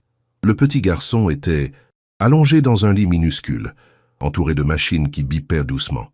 Ses cheveux bruns bouclés encadraient un visage pâle, mais paisible, et malgré les bandages et les perfusions, Alexandre reconnut immédiatement ses propres yeux verts. C'était bien son fils. La ressemblance était frappante, indéniable. Une émotion d'une intensité inouïe le submergea. Pour la première fois de sa vie d'adulte, Alexandre Dubois-Monclerc se mit à pleurer. Il s'assit près du lit et prit délicatement la petite main de Lucas dans la sienne. La peau était douce et tiède, si fragile qu'il avait peur de la casser. « Bonjour, mon petit bonhomme », murmura-t-il. « Je suis ton papa. Je sais que tu ne me connais pas, que je n'ai pas été là pour toi, mais je suis là maintenant, et je ne repartirai plus jamais. » Les larmes coulaient librement sur ses joues, toute sa carapace d'homme d'affaires impitoyable, s'effritant devant ce petit être innocent qui luttait pour survivre. L'infirmière de garde, une femme d'âge mûr au regard compatissant, s'approcha de lui. « Vous pouvez lui parler, monsieur. Les enfants entendent, même quand ils dorment. Votre voix peut l'aider à revenir vers nous. » Alexandre hocha la tête et commença à raconter à son fils tout ce qu'il aurait voulu partager avec lui depuis sa naissance.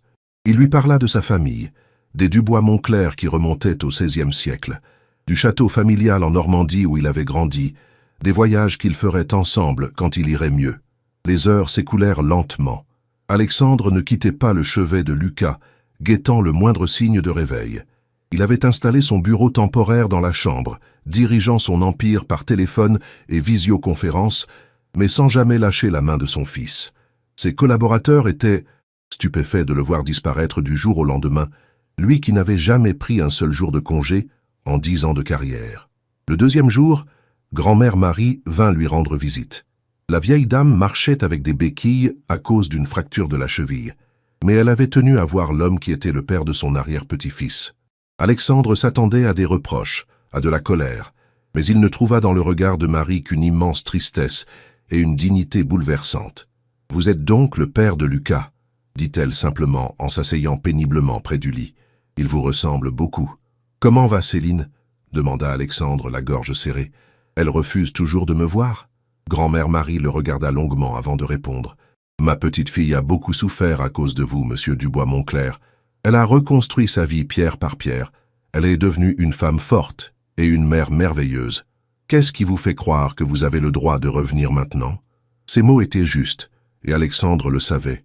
Il n'avait aucun droit, aucune excuse valable pour son comportement passé. « Je sais que j'ai été ignoble avec elle, » admit-il. « Je sais que je ne mérite pas son pardon.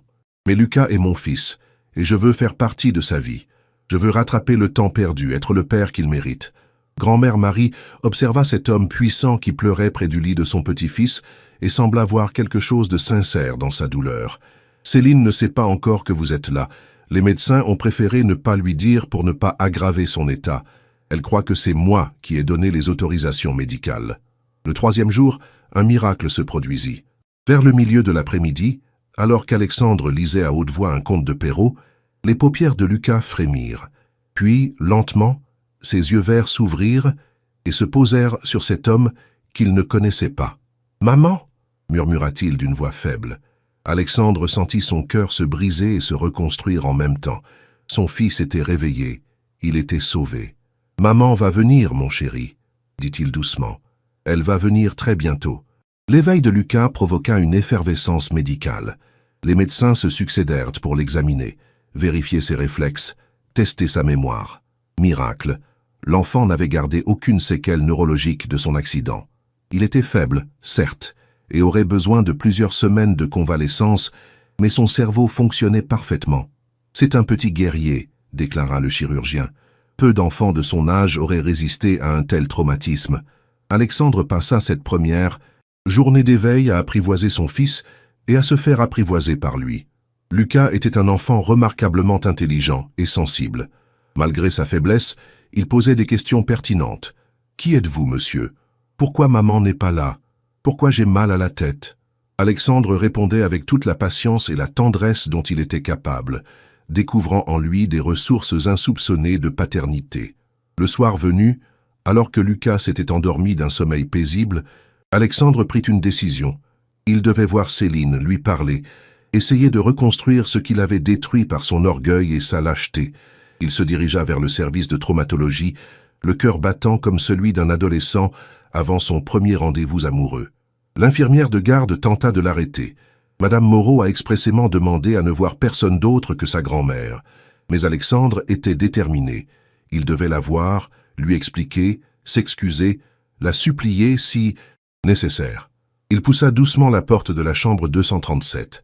Céline était allongée dans son lit, le regard tourné vers la fenêtre qui donnait sur les lumières de Lyon. Elle avait maigri, ses cheveux châtains étaient plus courts qu'autrefois, mais elle était toujours aussi belle. Plus belle même, car elle avait acquis cette grâce particulière des femmes qui ont souffert et survécu. En entendant la porte s'ouvrir, elle tourna la tête et leurs regards se croisèrent pour la première fois depuis 3 ans. « Alexandre » murmura-t-elle, et ce simple prénom contenait toute la gamme des émotions humaines. Surprise, douleur, colère, et peut-être, au fond, un reste d'amour enfoui. « Qu'est-ce que tu fais ici ?»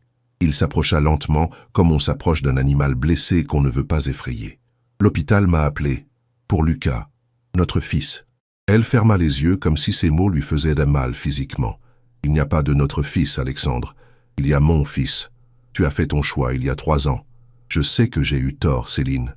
Je sais que j'ai été lâche, orgueilleux, cruel.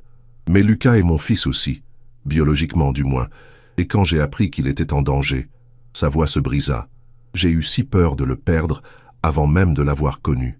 Céline le regardait avec une expression indéchiffrable. 3 ans avaient à passer.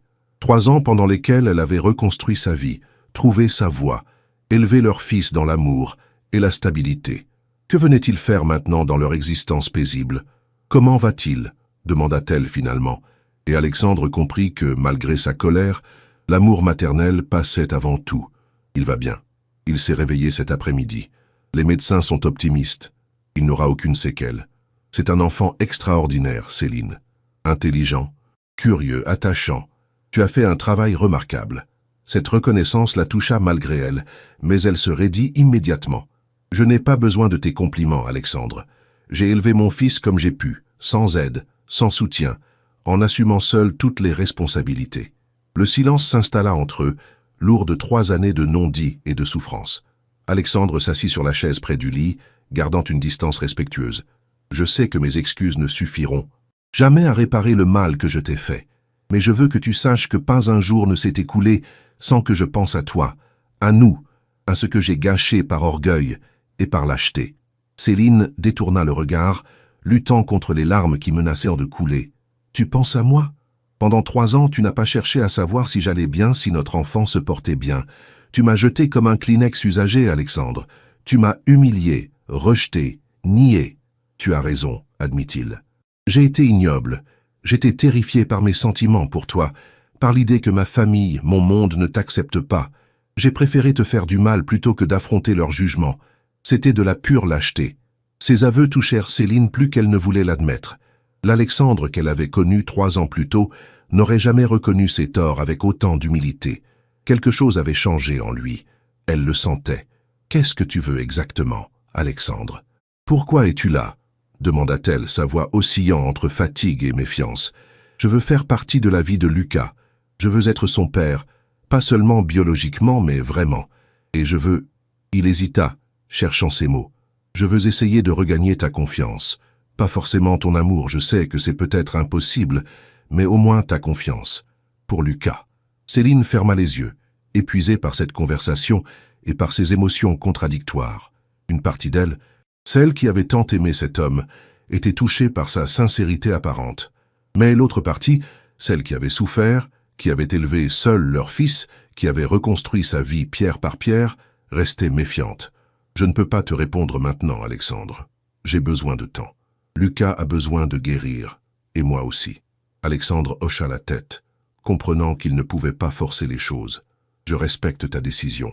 Mais je ne repartirai pas à Paris tant que Lucas ne sera pas complètement rétabli. J'ai pris un congé sabbatique, j'ai délégué mes responsabilités.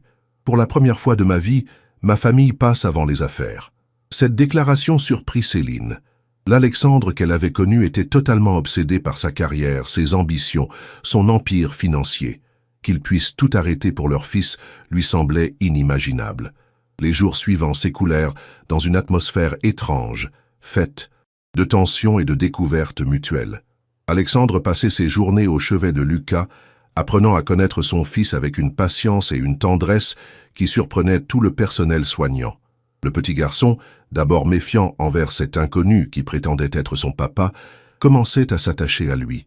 Alexandre lui racontait des histoires, lui apportait des livres illustrés et surtout, il l'écoutait avec une attention que l'enfant n'avait jamais connue de la part d'un homme. « Monsieur, vous habitez dans un château ?» demandait Lucas, les yeux écarquillés par les récits de son père. « Oui, mon petit prince, et si tu veux, un jour, tu pourras venir le visiter. Il y a un grand parc avec des cerfs, des écuries avec des chevaux, et même un petit lac où nagent des cygnes. » L'enfant buvait ses paroles, son imaginaire d'enfant de 2 ans et demi, s'enflammant à ces descriptions merveilleuses. Céline observait ces échanges depuis le pas de la porte, partagés entre attendrissement et inquiétude. Voir son fils s'épanouir au contact de son père la réjouissait, mais elle craignait qu'Alexandre ne disparaisse à nouveau de leur vie, laissant Lucas avec un vide encore plus grand qu'avant. Elle avait accepté qu'il rende visite à leur fils, mais gardait ses distances, ne participant aux conversations que lorsque c'était nécessaire pour Lucas. Grand-mère Marie, de son côté, observait cette situation complexe avec la sagesse de ses 70 ans.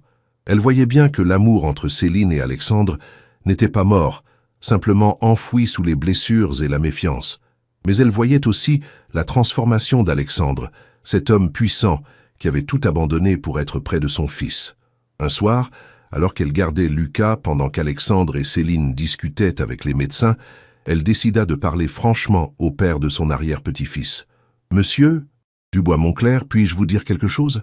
Alexandre, qui s'était habitué à la présence bienveillante de la vieille dame, hocha la tête. « Ma petite fille vous a aimé plus qu'elle n'a jamais aimé personne. Quand elle est arrivée chez moi, elle était brisée, anéantie. Il m'a fallu des mois pour la voir sourire à nouveau. Elle a reconstruit sa vie avec un courage extraordinaire. Elle est devenue une écrivaine reconnue, une mère exemplaire. Si vous voulez vraiment faire partie de sa vie et de celle de Lucas, il faudra prouver que vous avez changé, pas seulement par des mots, mais par des actes. Je suis prêt à tout pour ça, répondit Alexandre, avec une sincérité qui toucha la vieille dame. Dites-moi ce que je dois faire. Grand-mère Marie sourit pour la première fois depuis l'accident. Soyez patient. Montrez-lui que vous êtes capable de mettre votre famille avant votre orgueil et vos intérêts. Et surtout, ne la décevez plus jamais. Elle ne survivrait pas à une nouvelle trahison. Au bout de 2 semaines, Lucas fut enfin autorisé à sortir de l'hôpital. Sa convalescence devrait se poursuivre à domicile, avec des visites régulières chez un kinésithérapeute pour rééduquer sa motricité légèrement perturbée par l'accident. Céline, elle, devrait rester hospitalisée encore quelques jours pour s'assurer que sa fracture du bassin guérissait correctement. Cette situation posa un problème. Pratique. Qui s'occuperait de Lucas pendant que sa mère terminait ses soins? Grand-mère Marie, malgré sa cheville fracturée, proposa naturellement de s'en charger. Mais Alexandre eut une autre idée. « Et si je restais m'occuper de lui? Je pourrais m'installer dans un hôtel proche de chez vous, venir chaque jour pour l'aider, le conduire chez son kinésithérapeute. Cela me permettrait d'apprendre à être un vrai père. » La proposition surprit tout le monde, mais Lucas, qui s'était beaucoup attaché à son papa pendant ces 2 semaines, battit des mains de joie. « Oui, papa reste avec moi. » Céline hésita longuement. Confier son fils à Alexandre, même temporairement, lui demandait un acte de foi énorme. Mais elle voyait bien que Lucas était heureux avec son père, et grand-mère Marie ne pourrait pas physiquement s'occuper seule d'un enfant de 2 ans et demi en pleine convalescence. « D'accord, dit-elle finalement. Mais à une condition. Tu ne l'emmènes nulle part sans mon autorisation, et tu me donnes des nouvelles plusieurs fois par jour. » Les premiers jours de cette cohabitation forcée furent délicats. Alexandre avait loué une suite dans un palace lyonnais, mais passait toutes ses journées dans la petite maison de la Croix-Rousse. Il découvrait les joies et les difficultés de la paternité au quotidien. Lever matinal, petit déjeuner, habillage, jeux, sieste, bain, histoire du soir. Tout était nouveau pour lui, qui n'avait jamais eu d'enfant et avait grandi avec des gouvernantes. Lucas, malgré sa faiblesse post-hospitalière, était un enfant facile et affectueux. Il montrait à son père ses jouets préférés, ses livres d'images, le jardin de Mamie Marie où il aimait jouer. Alexandre découvrait avec émerveillement l'univers de son fils, si différent du monde feutré et sophistiqué dans lequel il avait toujours évolué.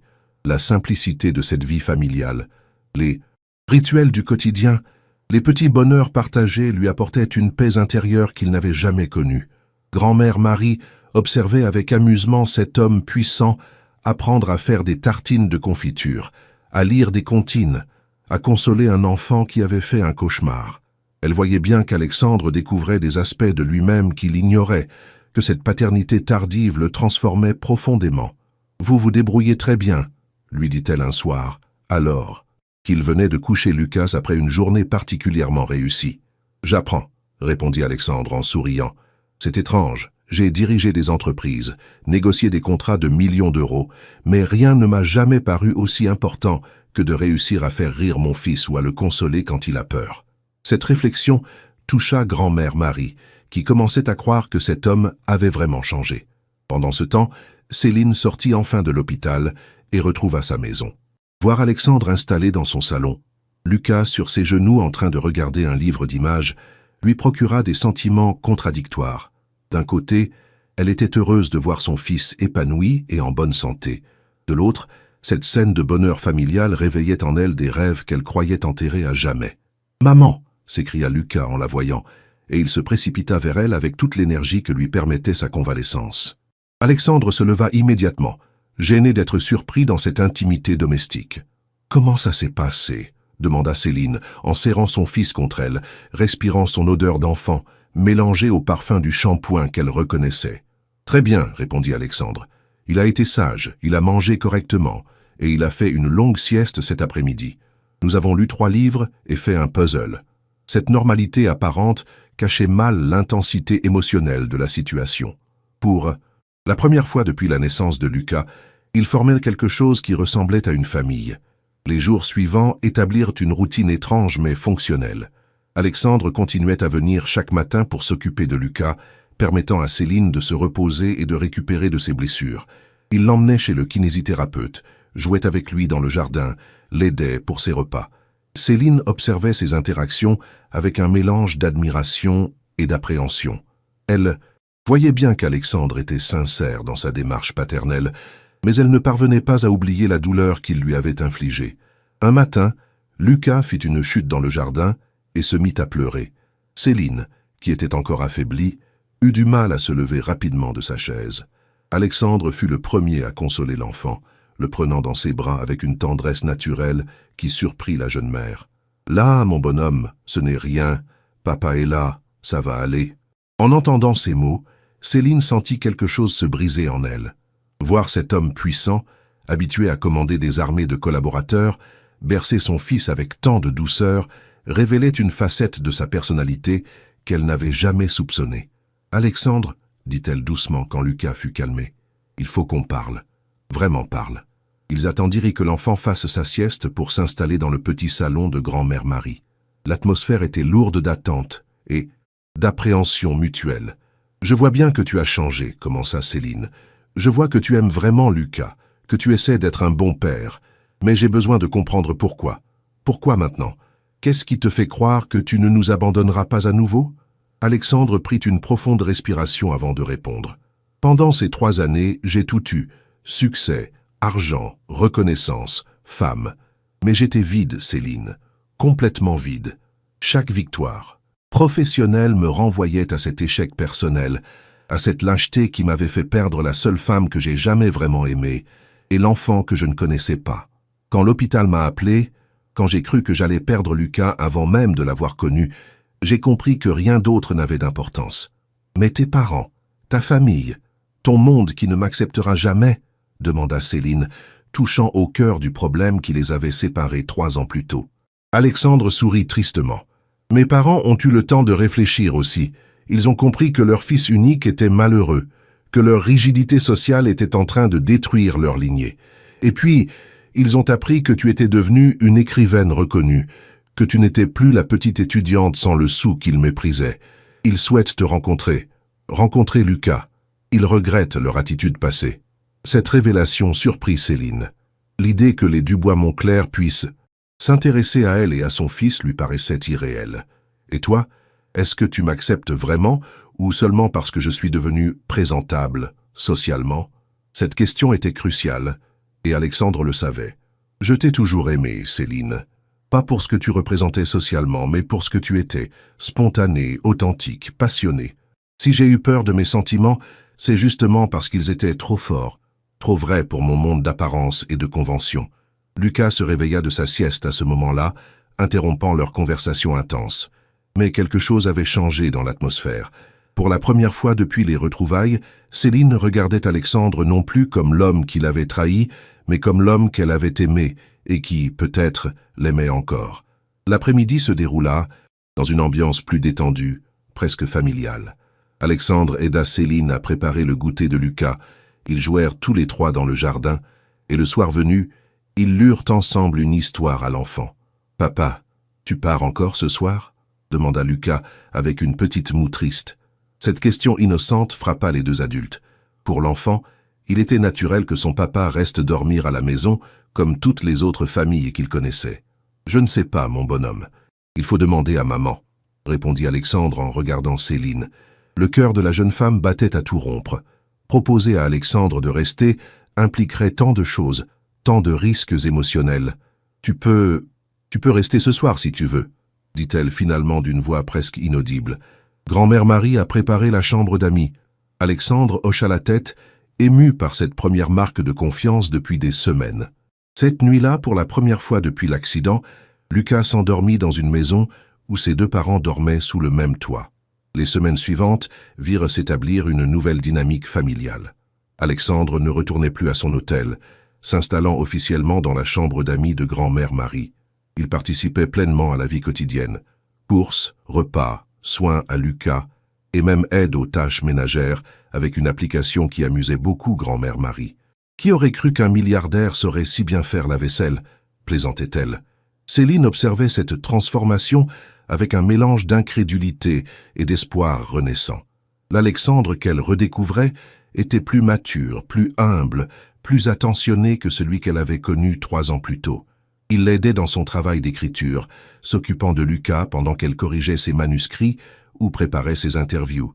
Il montrait un intérêt sincère pour sa carrière littéraire, lisant ses textes avec passion et lui donnant des commentaires pertinents. Un soir de décembre, alors que Lyon se parait de ses illuminations de Noël, Alexandre demanda à Céline de l'accompagner pour une promenade. Ils confièrent Lucas à grand-mère Marie et sortirent dans les rues enneigées du quartier de la Croix-Rousse.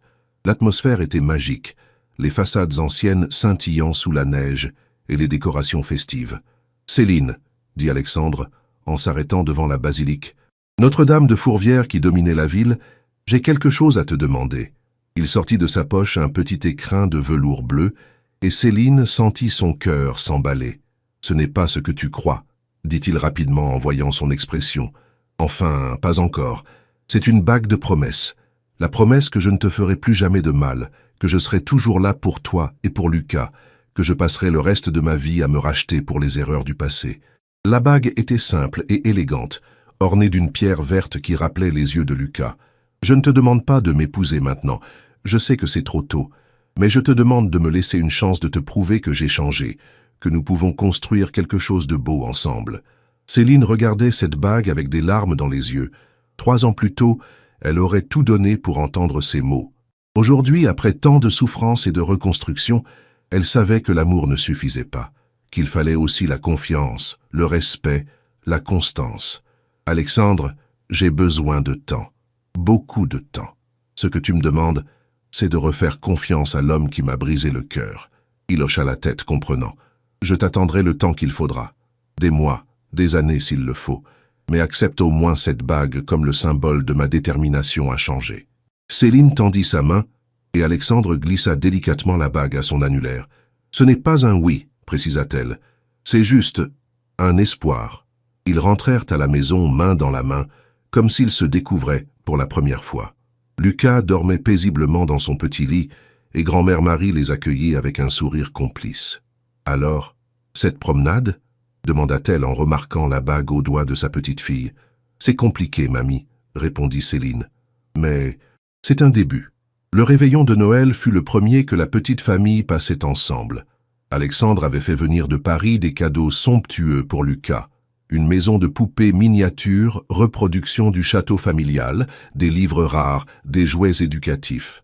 Mais le petit garçon préféra jouer avec les emballages et dessiner avec les crayons de couleur que lui avait offert grand-mère Marie. « Il a bon goût, » plaisanta Alexandre. « Il préfère l'authentique au tape à l'œil. » Cette remarque toucha Céline, qui y vit une nouvelle preuve de la transformation de son ancien amant.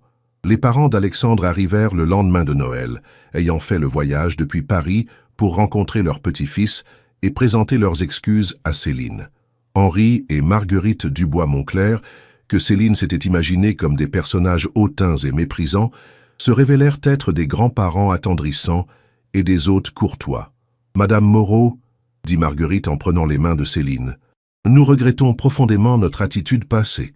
Nous espérons que vous nous donnerez une chance de rattraper le temps perdu avec vous et notre petit-fils. » Lucas, d'abord intimidé par ces inconnus élégants, fut rapidement conquis par l'attention que lui portaient ses nouveaux grands-parents.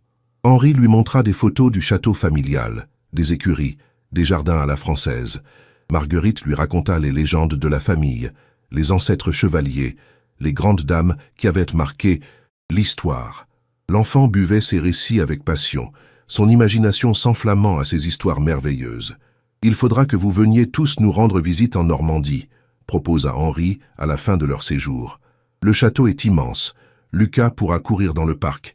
Et vous, ma chère Céline, vous trouverez peut-être l'inspiration pour un nouveau roman dans notre bibliothèque ancestrale. » Cette invitation, impensable 3 ans plus tôt, marquait l'acceptation définitive de Céline dans la famille Dubois-Moncler. Le printemps arriva avec ses promesses de renouveau. Lucas avait maintenant 3 ans et était complètement remis de son accident. Il parlait de son papa avec fierté à tous ceux qui voulaient l'entendre, racontait les histoires de châteaux et de chevaliers et réclamait sans cesse de nouvelles aventures. Alexandre avait officiellement déménagé ses affaires dans la chambre d'amis de grand-mère Marie, gérant son empire financier à distance grâce aux nouvelles technologies. Cette nouvelle vie lui convenait parfaitement. Il était plus détendu, plus heureux, plus épanoui qu'il ne l'avait jamais été. Céline travaillait sur son 4e roman, inspiré par cette expérience de reconstruction familiale et amoureuse. Son éditrice parisienne était enchantée par l'évolution de son style, plus mature et plus nuancé que jamais. « Vous avez trouvé votre voie définitive, Céline », lui disait Valérie Dupont lors de leurs entretiens téléphoniques. « Cette histoire de seconde chance que vous me racontez sera votre chef-d'œuvre. » L'art imitait la vie, et la vie nourrissait l'art dans un cycle vertueux. Un matin de mai, alors que les lilas embaumaient le jardin de grand-mère Marie, Alexandre trouva Céline en train d'écrire dans le petit bureau qu'il lui avait aménagé près de la fenêtre. « J'ai une proposition à te faire, » dit-il en s'asseyant près d'elle. « Mes parents nous invitent officiellement au château pour les vacances d'été. Lucas pourra voir les chevaux, apprendre à nager dans le lac, découvrir ses racines familiales. Et toi, tu pourrais peut-être accepter de porter ma bague à l'autre main. » Céline leva les yeux de son manuscrit et regarda cet homme qui avait bouleversé sa vie, l'avait fait souffrir, puis était revenu la réparer avec une patience et une humilité touchantes. 6 mois s'étaient écoulés depuis l'accident, 6 mois pendant lesquels Alexandre avait prouvé sa sincérité, jour après jour. Elle n'était pas encore prête à l'épouser, mais elle sentait que la confiance renaissait peu à peu. « D'accord pour le château, » dit-elle, « mais pour le reste, laisse-moi encore un peu de temps. » L'été au château de Moncler fut magique. Lucas découvrit un monde féerique, les tours médiévales, les jardins à la française, les écuries où hennissaient de magnifiques chevaux arabes. Il apprit à monter sur un poney Shetland sous les conseils experts de son grand-père Henri, nagea dans le lac aux eaux transparentes sous la surveillance attentive de sa mère et explora chaque recoin de cette demeure ancestrale avec l'émerveillement de ses 3 ans. Céline trouvait dans cette atmosphère historique une inspiration nouvelle pour son écriture. Elle passait ses matinées dans l'immense bibliothèque du château, entourée de livres rares et de manuscrits anciens, laissant libre cours à sa créativité. L'après-midi, elle rejoignait Alexandre et Lucas dans le parc pour des pique-niques sous les chênes centenaires ou des promenades en barque sur le lac. Ces moments de bonheur simple effaçaient définitivement les blessures du passé. Un soir de juillet, alors qu'ils regardèrent le coucher de soleil depuis la terrasse du château, Lucas endormi entre eux après une journée bien remplie, Alexandre prit la main de Céline. « Je t'aime, » dit-il simplement. « Je t'ai toujours aimé, même quand j'étais trop lâche pour l'admettre. Tu veux bien être ma femme ?» Cette fois, Céline n'hésita pas. « Oui, » répondit-elle en passant la bague de l'annulaire gauche à l'annulaire droit. « Oui, je veux bien essayer de construire quelque chose de beau avec toi. » Leur mariage eut lieu l'automne suivant, dans l'intimité, à la mairie de Lyon, puis dans la petite église du quartier de la Croix-Rousse. Grand-mère Marie pleura de joie en voyant sa petite-fille, enfin heureuse. Lucas, en costume de petit page, porta les alliances avec un sérieux qui fit rire toute l'assemblée. Les parents d'Alexandre étaient venus de Normandie, et même quelques amis écrivains de Céline avaient fait le déplacement depuis Paris. 5 ans après cette union, Céline Dubois-Moncler était devenue l'une des romancières françaises les plus appréciées de sa génération. Elle avait publié 8 romans, tous salués par la critique et plébiscités par le public. Elle partageait son temps entre la maison de grand-mère Marie à Lyon, où elle puisait son inspiration dans la vie quotidienne, et le château de Normandie où elle écrivait ses grandes fresques historiques. Alexandre avait transformé l'empire familial en privilégiant les investissements éthiques et durables.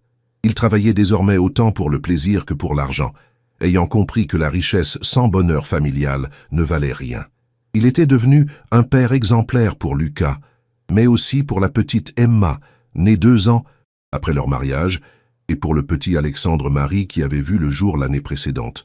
Lucas, maintenant âgé de 8 ans, était un enfant épanoui qui parlait avec fierté de sa maman écrivaine et de son papa chef d'entreprise. Il adorait passer ses vacances au château de grand-papa Henri et grand-maman Marguerite, mais préférait la maison de Lyon où grand-mère Marie, maintenant âgée de 78 ans, lui racontait toujours les plus belles histoires. Un matin de printemps, alors que toute la famille était réunie dans le jardin de la Croix-Rousse pour fêter l'anniversaire de grand-mère Marie, Céline regarda autour d'elle avec émerveillement. Alexandre poussait Emma sur la balançoire qu'il avait installée sous le tilleul.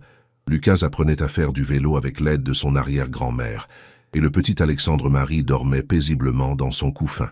Cette scène de bonheur familial lui rappela douloureusement ce matin d'octobre, 8 ans plus tôt, où elle avait quitté Paris le cœur brisé avec son bébé dans les bras. « À quoi tu penses ?» demanda Alexandre en s'asseyant près d'elle sur le banc de bois. « Je pense que parfois, les plus belles histoires commencent par les plus grandes douleurs, » répondit Céline. Je pense que tu avais besoin de me perdre pour apprendre à m'aimer vraiment, et que j'avais besoin de me reconstruire seule pour devenir la femme que je suis aujourd'hui. Alexandre prit sa main et embrassa l'alliance qu'elle portait maintenant depuis 5 ans. Je pense surtout que nous avons de la chance d'avoir eu une seconde chance, et que je t'aimerai jusqu'à mon dernier souffle. Le soleil se couchait sur Lyon, peignant les toits de tuiles rousses de reflets dorés. Dans le jardin de grand-mère Marie, une famille recomposée savourait ces instants de bonheur simple qui valent toutes les richesses du monde. L'histoire de la jeune fille pauvre et du milliardaire s'achevait sur cette certitude. L'amour véritable peut renaître de ses cendres, à condition d'y mettre le temps, la patience et l'humilité nécessaires. Alors qu'avez-vous pensé de cette belle histoire d'amour, de seconde chance et de famille recomposée? Cette fin vous a-t-elle ému? N'hésitez pas à laisser un petit « j'aime » si cette histoire vous a plu et à partager en commentaire vos impressions sur ce voyage émotionnel que nous avons partagé ensemble.